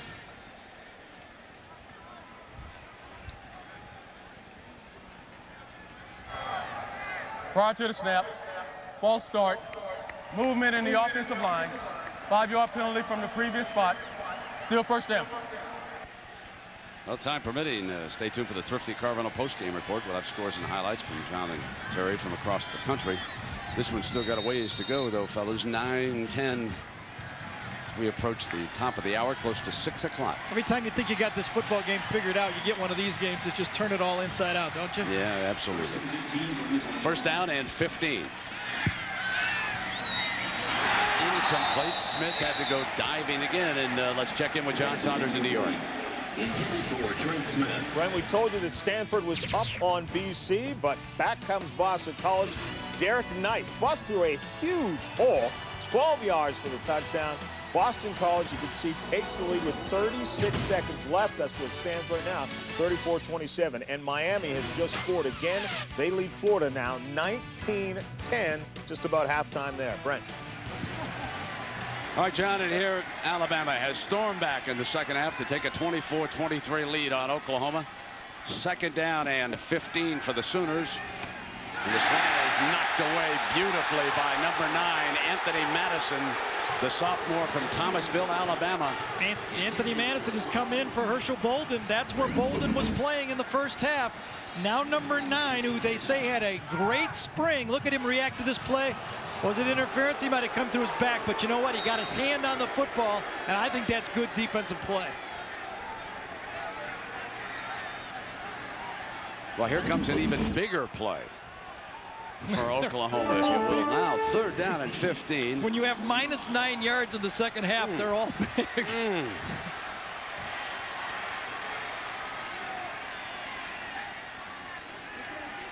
Hibble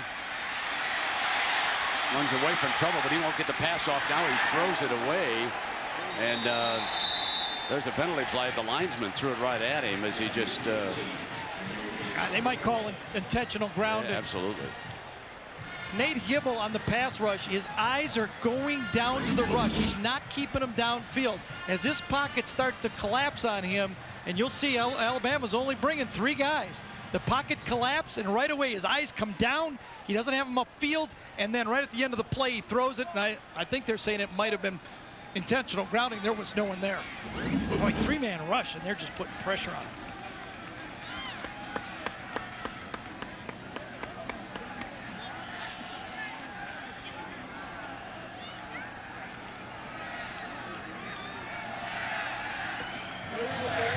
Against the offense, 5-yard penalty from the previous spot.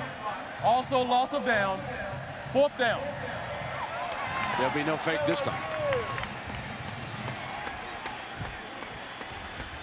Ferguson punting. Shad Williams on the field. You would think, but you don't want to guess with Alabama's special teams. You would think they'd set a return right now, leading by a point, 8:43. The most important thing you would think for Bama is to secure the ball and set up whatever kind of a ball control, time-consuming drive that they might muster behind Galloway.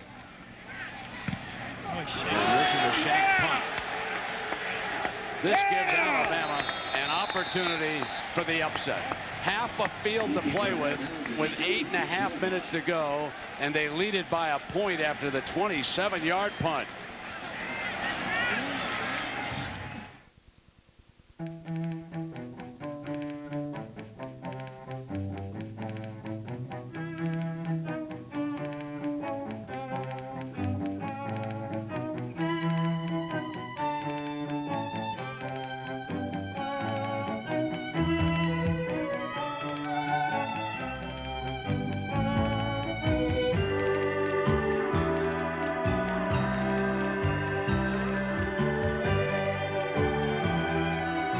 A shift can change a person, a life,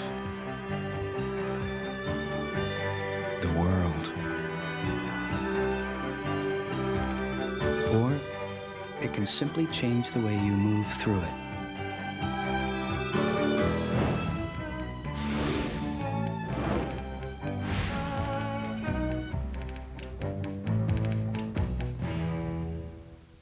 Here I come. I'm gonna make this move. Behind your head, off your head. Can you stop me? I don't think so. 1-on-1 to 5-on-5. No rules, no refs, no limits, player. Real courts, real moves, real ball. Straight hoops, rated team. Triple X is pure glorious fun. You won't want to miss this one. Triple X, rated PG-13, now playing. ABC Sports presentation of college football brought to you by Nissan and your Nissan dealer. Dr. Pepper and your local Dr. Pepper bottler. VU, nothing's better. Dr. Pepper. Nike. And Olive Garden, where great Italian food and wonderful wines tell you when you're here, you're family. I think Oklahoma now has to force the action. They're going to have to gamble. They think they have two great cornerbacks. They have to match them up man-to-man and try to blow up this Alabama offense before it gets started. Alabama, a couple first downs, and they're going to just run this clock under 5 minutes. Well, Tyler Watson, a lot of these youngsters had a chance to leave Alabama after probation, but they decided to stay. And we asked Tyler, Jack Arute did when he was down in Tuscaloosa, why did the players stay at that school? To be able to wear that crimson jersey, it's something huge. A lot of people dream of it, and they weren't going to trade that in for anything. NCAA, sanctions or not, playing here is still a lot better than playing at a lot of other places.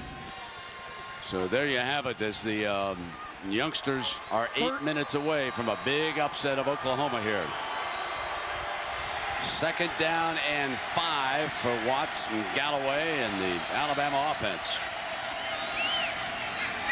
Here's Galloway, slashes for the first down at the 35. Let's check in with Jack. Brent, when we were down in Alabama, I asked Coach Franchione and Les Coney, what the secret weapon would be if they came up to have to go against this Oklahoma Sooner defense. Both of them, without hesitation, said Tyler Watts. Why? Because they said his leadership in the huddle and at the line is actually superior to anything they've seen before. But more importantly, they said, after 5 years in Alabama football, we know that he will put us in a position to win. 1st down and 10. Here's Watts changing it up. He has freedom out there. He'll keep it. Twist inside the 35. Well, Gary, you know that I've long held the theory that despite whatever hype happens in the summer, that any school that loses great players to the NFL is going to feel it. Roy Williams and Rocky Calmus were two great college football players here for Mike Stoops. Williams the safety, Calmus the linebacker, and yeah, they can bring in some speed and all of that, but I'm a big guy for experience and ability to make big plays. We saw Williams make big play after big play. We haven't seen one here since Straight's interception in the first half. Right. And that was made by Tommy Harris helping it out, but no one has made. Looks very soft defense by Oklahoma. They're not up at the line of scrimmage. They need the ball back. They have to stop this team. They're still back. They don't have their safeties at the line of scrimmage. I don't see any 9-man fronts. I don't think Alabama's going to be throwing the ball all around right now. Well, Sanders, the H-back, got the carry that time, and this will bring up a 3rd and 6. Everybody for Oklahoma on their front all got their hands on their hips down there. One big stop. Alabama needs 7 yards. If they don't get it, will they go for a long field goal? Up by 1. Watts, quarterback draw. Close to the first down marker. He has stood up very close to it, ladies and gentlemen. Brent, that was just a read by Tyler Watts. That was not a called quarterback draw play. Good coverage in the secondary, and Watts recognized very quickly that his best chance to pick up a first down was to take it right up the gut.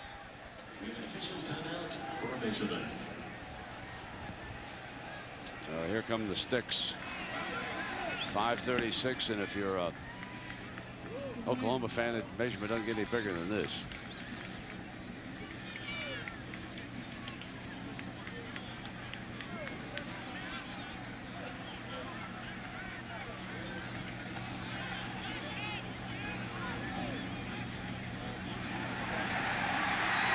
By that much. And all the Alabama fans wearing white are up and cheering.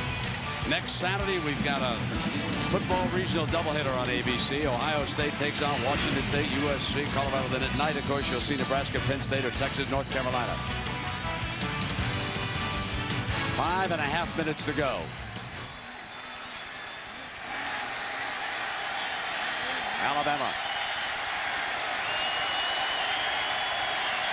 with the ball at the OU 26.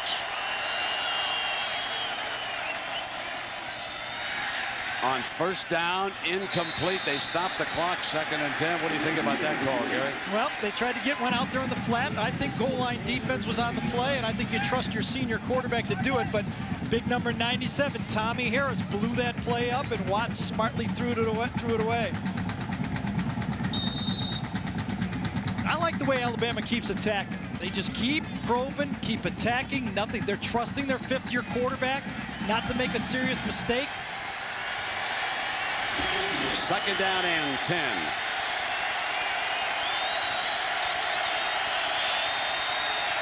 5:10 to go. Watts in trouble. Down at the 32-yard line, Pasha Jackson. So we're at Memorial Stadium in Norman, Oklahoma. Jack Arute and Gary Anderson. I'm Brent Musburger. In the second half, the Crimson Tide rolled. Galloway stormed into the end zone. Williams blocked a punt. Taylor dashed into the end zone. Then on a fake field goal, Bearden, the punter, and the holder slammed into the end zone, and Alabama leads it by 1 point. 4:37 to go. Here's 3rd down and 15. Mike Stoops and the D came that time. Will they come back after Tyler Watts now one more time? They show 3 down linemen. They're coming at him from the corner. Can't get there, but they force Watts up into the middle, and he is down at the 29-yard line. Jonathan Jackson. Mike checking that clock, still running at 4:11. 2 timeouts left, the board shows, for Oklahoma. Now they send Ziefel onto the field. And here's Bearden, the holder. I think Franchione would love, obviously, to make this kick, Brett, but I think he'd take anything but a block. It'll be a 45-yard attempt.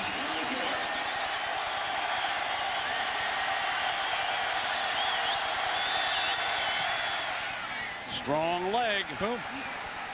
Got it. Ziefel makes it 4 and means they cannot lose to a field goal right now in the last 3.5 minutes. OU must score a touchdown to win this game.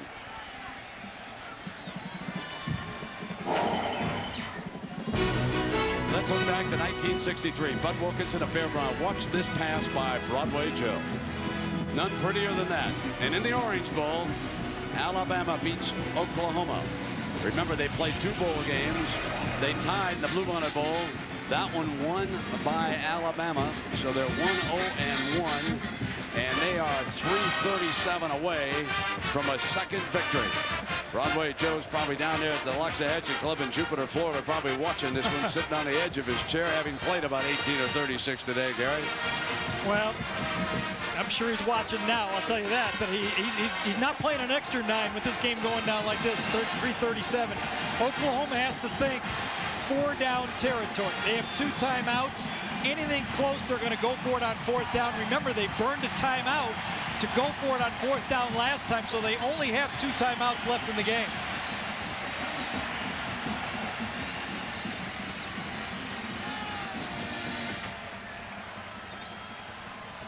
So Perkins and Savage are back deep.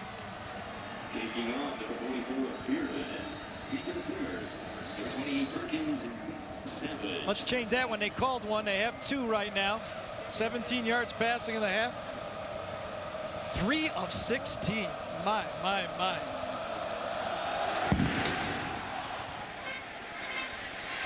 Coming out on the 20-yard line, 3:33 to go. And Jack Arute will be hurrying to get an airplane to get out of here for the battle for the Indy Racing League Championship. Tell us about that race up in Chicago. Well, Brent, plan on it being about as close as this game, because between Marlboro Team Penske and that man, the Pennzoil Panther machine of Sam Ornish, it is going right down to the wire.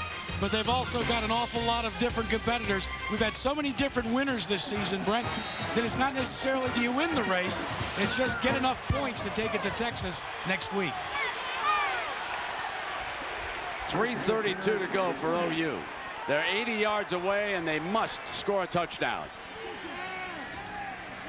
Hibble goes deep, got an open man, incomplete.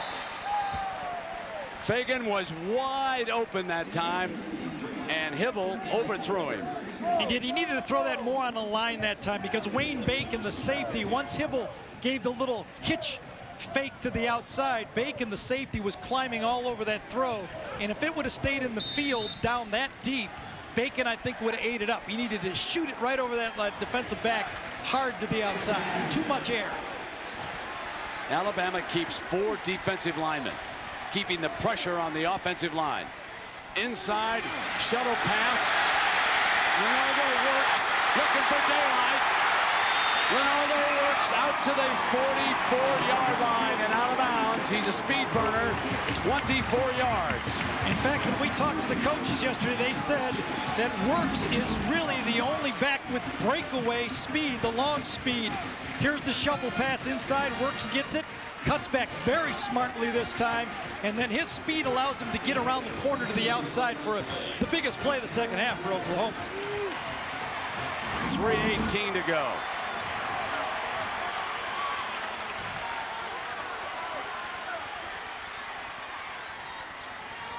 Fake to Griffin.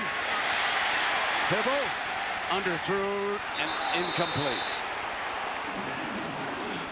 Fagan again working the right side. All deep routes that time. Nate Hybl had no one to dump that ball off to and just move the chains type throw. Everybody was down about 20 yards. Nothing easy for Hybl. The difference, Watts had the great second half. Hybl has struggled here in the second half, but, you know, Brent, so has his whole team. The defense, the running game, everything has struggled. Second down and 10.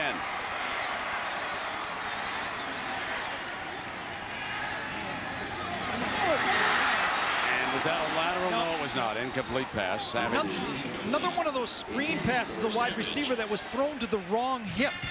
You cannot lead the defender, the offensive receiver that time, Savage, backwards. It has to be thrown to his downfield shoulder, his right shoulder in this case, and that's what kind of mixed up Savage on the play. Even if he caught it, he would have had heading backwards to begin with. Here's third down again for OU. Bob Stoops already has to start thinking, if we gain nothing on this play, do I punt the ball? Probably. 4th and 10, you do it. With 3 minutes? Yep. Well, I wouldn't think so, but maybe.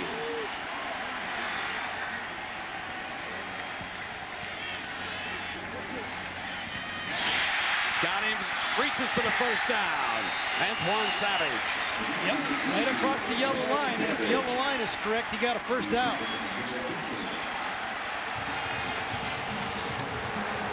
Oh, they brought it back. Oh, they signal first down. Now 2:53.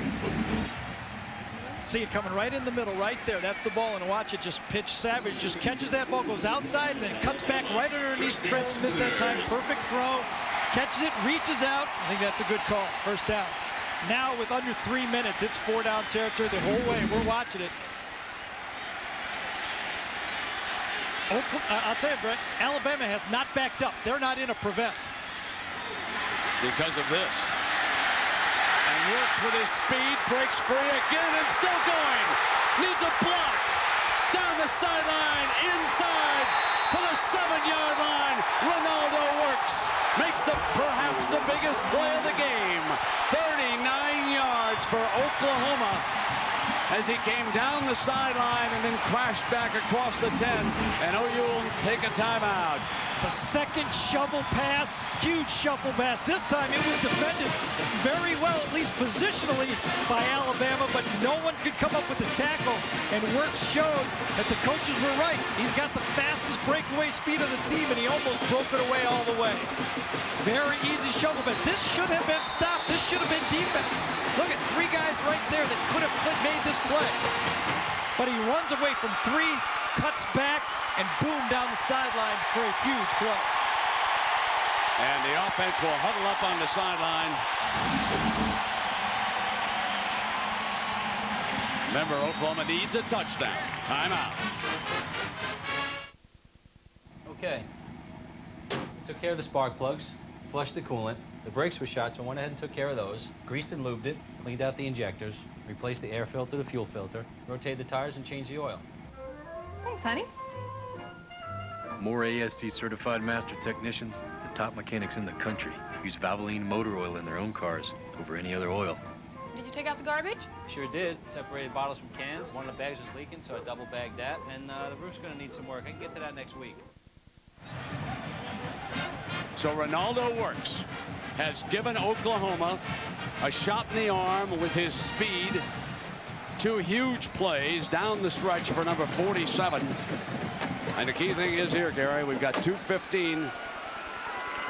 And Oklahoma now has taken its second, or did Alabama take Alabama took the timeout. Alabama took that timeout. Smart timeout, I think, by Alabama to kind of rest their guys, recompose themselves.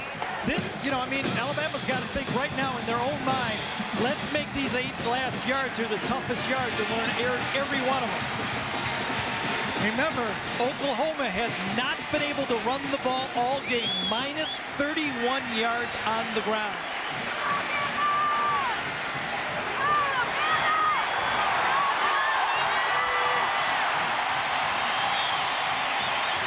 Hibble brings them up.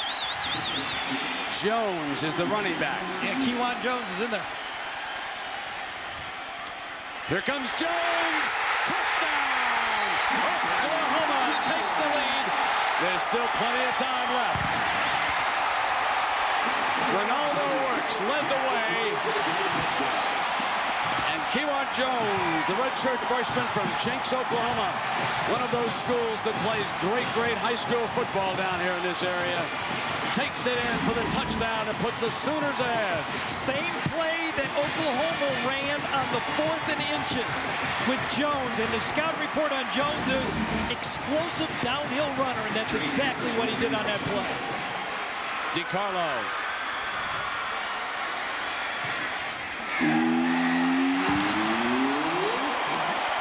Now remember, Alabama needs a field goal to get this game into overtime, and we have seen a long leg.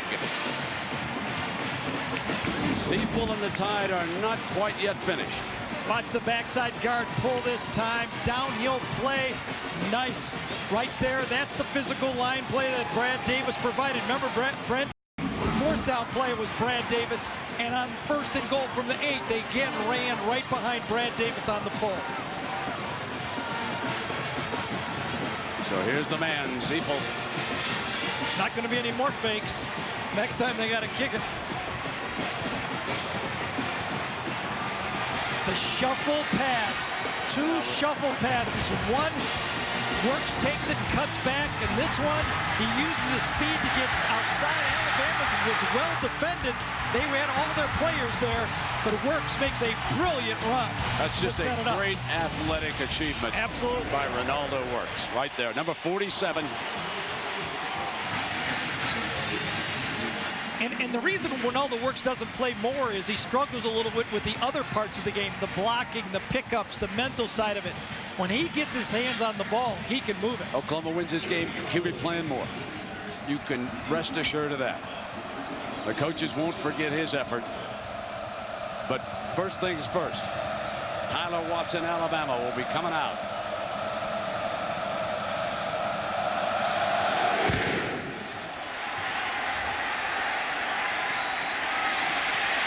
Williams stopped at the 20-yard line. Now keep an eye on 97. Mr. Tommy Harris. 45 yards is the career long. 3rd down conversions in the game. You also remember it's all 4-down territory now. They're 4-17. Only 1 timeout remaining. Remember again, just a reminder, college football, if you get the first down, you stop the clock, move the chains. Can they block 97? Plenty of time. 2:03 in college football is an eternity. Has this been a great college football game or what?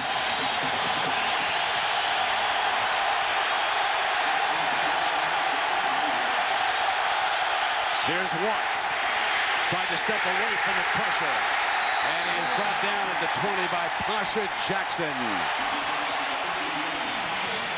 That was the zone blitz that was dialed up by Mike Stoops. They rush off the strong safety and drop Jimmy Wilkerson, the defensive end, to the middle of the field. Overload one side and drop the defensive end to the other side. The Oklahoma sideline urging the crowd on for 2nd and 11. Here he comes again. Bassey. Open. Got the first down. Out at the 32-yard line. It'll be first down, and the clock stops as Sam Collins, the possession man, does it again. He's had a good game, Sam Collins. Remember, he caught the pass down there that one time on the all-seam route. Pulled it down in the reverse, caught the tip ball for the first down. Sam Collins had a big game for Alabama. 1:21 to go. Harris couldn't quite get there, and the pass is completed. They cross midfield, and they give themselves a chance. Triando Salute on the big play as Harris couldn't quite get there, the rush man. The defensive line for Oklahoma is sucking wind big time. There's really no pass rush happening from the front four right now. Everybody has their hands on their hips. They can barely get down in their stance, and then let alone put pressure on the quarterback.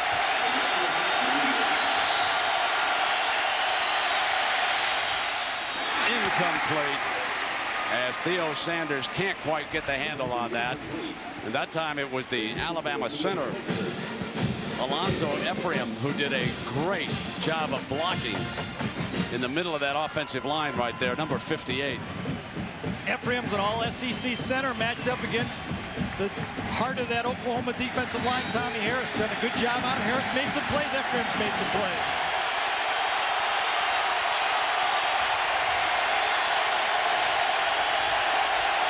Harris moves over to the offense's left this time.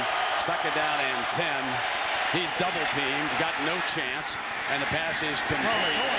Short of the first down. Clock continues to run. Well, here's our Chevrolet players of the game, regardless of what happens. And we're going to go an unusual selection, but what a game Lane Bearden had. A successful onside kick. He recovered it.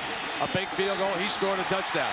Ronaldo Works. He brought Oklahoma down the field and gave them a chance to win it 30-27. Last 36 seconds now. Got out of one. Hand picked up. Oklahoma will win it. Touchdown, Eric Bassey. The ball got away from Tyler Watts. A heartbreak for a young man who played so bravely here today.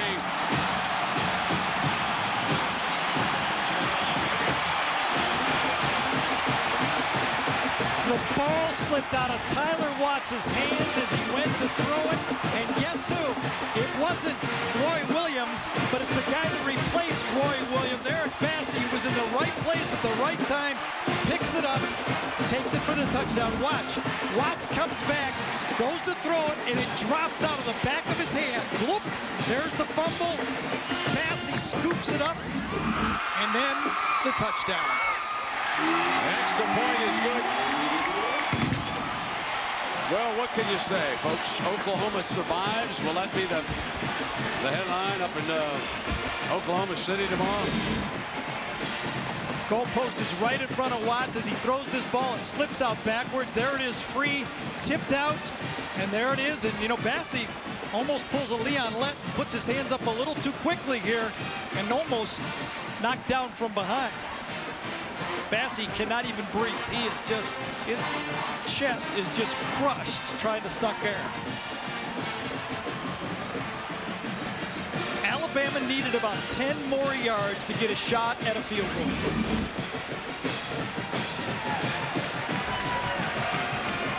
A lot of people might question whether Alabama should have took a timeout on 3rd down. I don't think so. I think the offense has the advantage in this situation. You've got Oklahoma on the run. It's 3rd down. You know what you're doing. Don't let them set the defense up. And all of a sudden, your 5th-year senior quarterback has one of those things that happen that you just can't explain. It just slips out of your hand.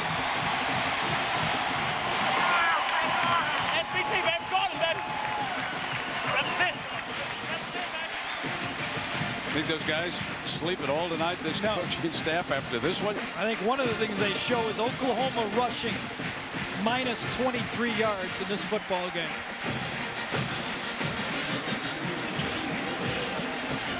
But they will show that highlight of Ronaldo Works winding his way down the sideline over and over again.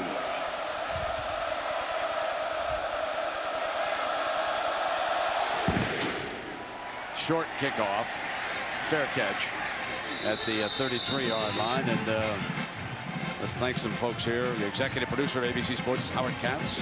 Senior producer, Bob Toms. Coordinating producer, the producer of today's game, Bobby Goodrich. Directors, Larry Cam. TD, Monty Pulling.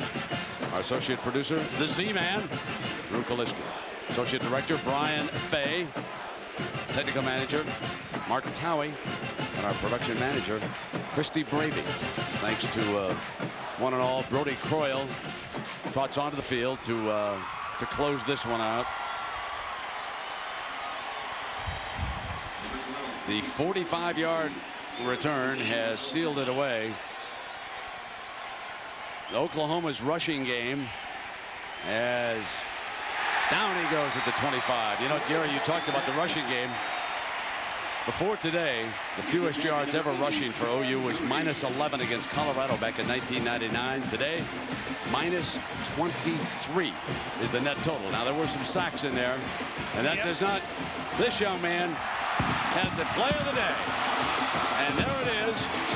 Oklahoma wins it by 10. 37-27. Dennis Franchione and the Alabama coaching staff can be awfully proud and pleased, though, with the play of their team, especially in the second half. Great respect between the two coaches. Let's go down to Jackaroo. Jack.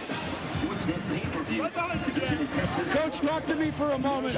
He takes the congratulations. Talk to me for a moment the importance of your team having been in big games before. It matters. I tell you, we're upset. To play so well in one half and so poorly in the other, and give Alabama's an excellent program. I told the team at halftime they're not done, but there is a difference in winning and losing. And for our players to hang in there and to win when we had to, I'm never going to undervalue that. I appreciate it. And there's a difference between winning and losing. We knew it today. The shovel pass to Ronaldo works. Is that what it all pivoted on? Sure. Big, huge play. Ronaldo had a great run. And then, just to cap off the drive, we powered it in. We thought, hey, let's get in a power set and punch it in, and caught them maybe by surprise. But we're fortunate. Really poor in some kicking areas and some things we've got to get corrected. Alabama, excellent program. Great hard-fought game. Thanks, Coach. Thank you. So here's the play that Bobby Stoops and the Oklahoma staff will cherish for a long time. Alabama was about to stage the upset when Ronaldo Works made his way down the sideline and cut back inside the 10-yard line and set up the winning touchdown. Let's go to Jack with Ronaldo. Ronaldo, tell me about that shovel pass. The line blocked great, and the rest of it, I just ran down, and everybody was blocking great. We did the best we could, and I got a long run. Yeah, but what about the commitment that you made? It looked like you were going to carry everybody into the end zone. I just wanted to get in there. We were down, and everybody blocked, and, it all worked out. Brent? All right, Jack, thank you very much. Good job. You too, Gary. And right now, let's send it to John Saunders and Terry Bowden in New York. Take it away, gentlemen. Ronaldo Works, very understated, 2 carries for 62 yards. But the point made by Jack Root and Bob Stoops, there's no substitute for having been in big games like this before. If you look back, if they do have the great year and they win a lot of football games, they're going to beat a lot of people. What happens, there's one game where you won just because you wouldn't give up, you wouldn't quit. A lot of issues tonight for Oklahoma. They got a lot of problems with offense and defense, but they came back, and I think they showed why they can be a championship team. They didn't think they were going to lose. Championship medal against tradition. It always comes down to that. It was absolutely terrific. Stick around when we come back to Thrifty Carolina post-game report. Again, Oklahoma pulls out the victory, 37-27 over Alabama.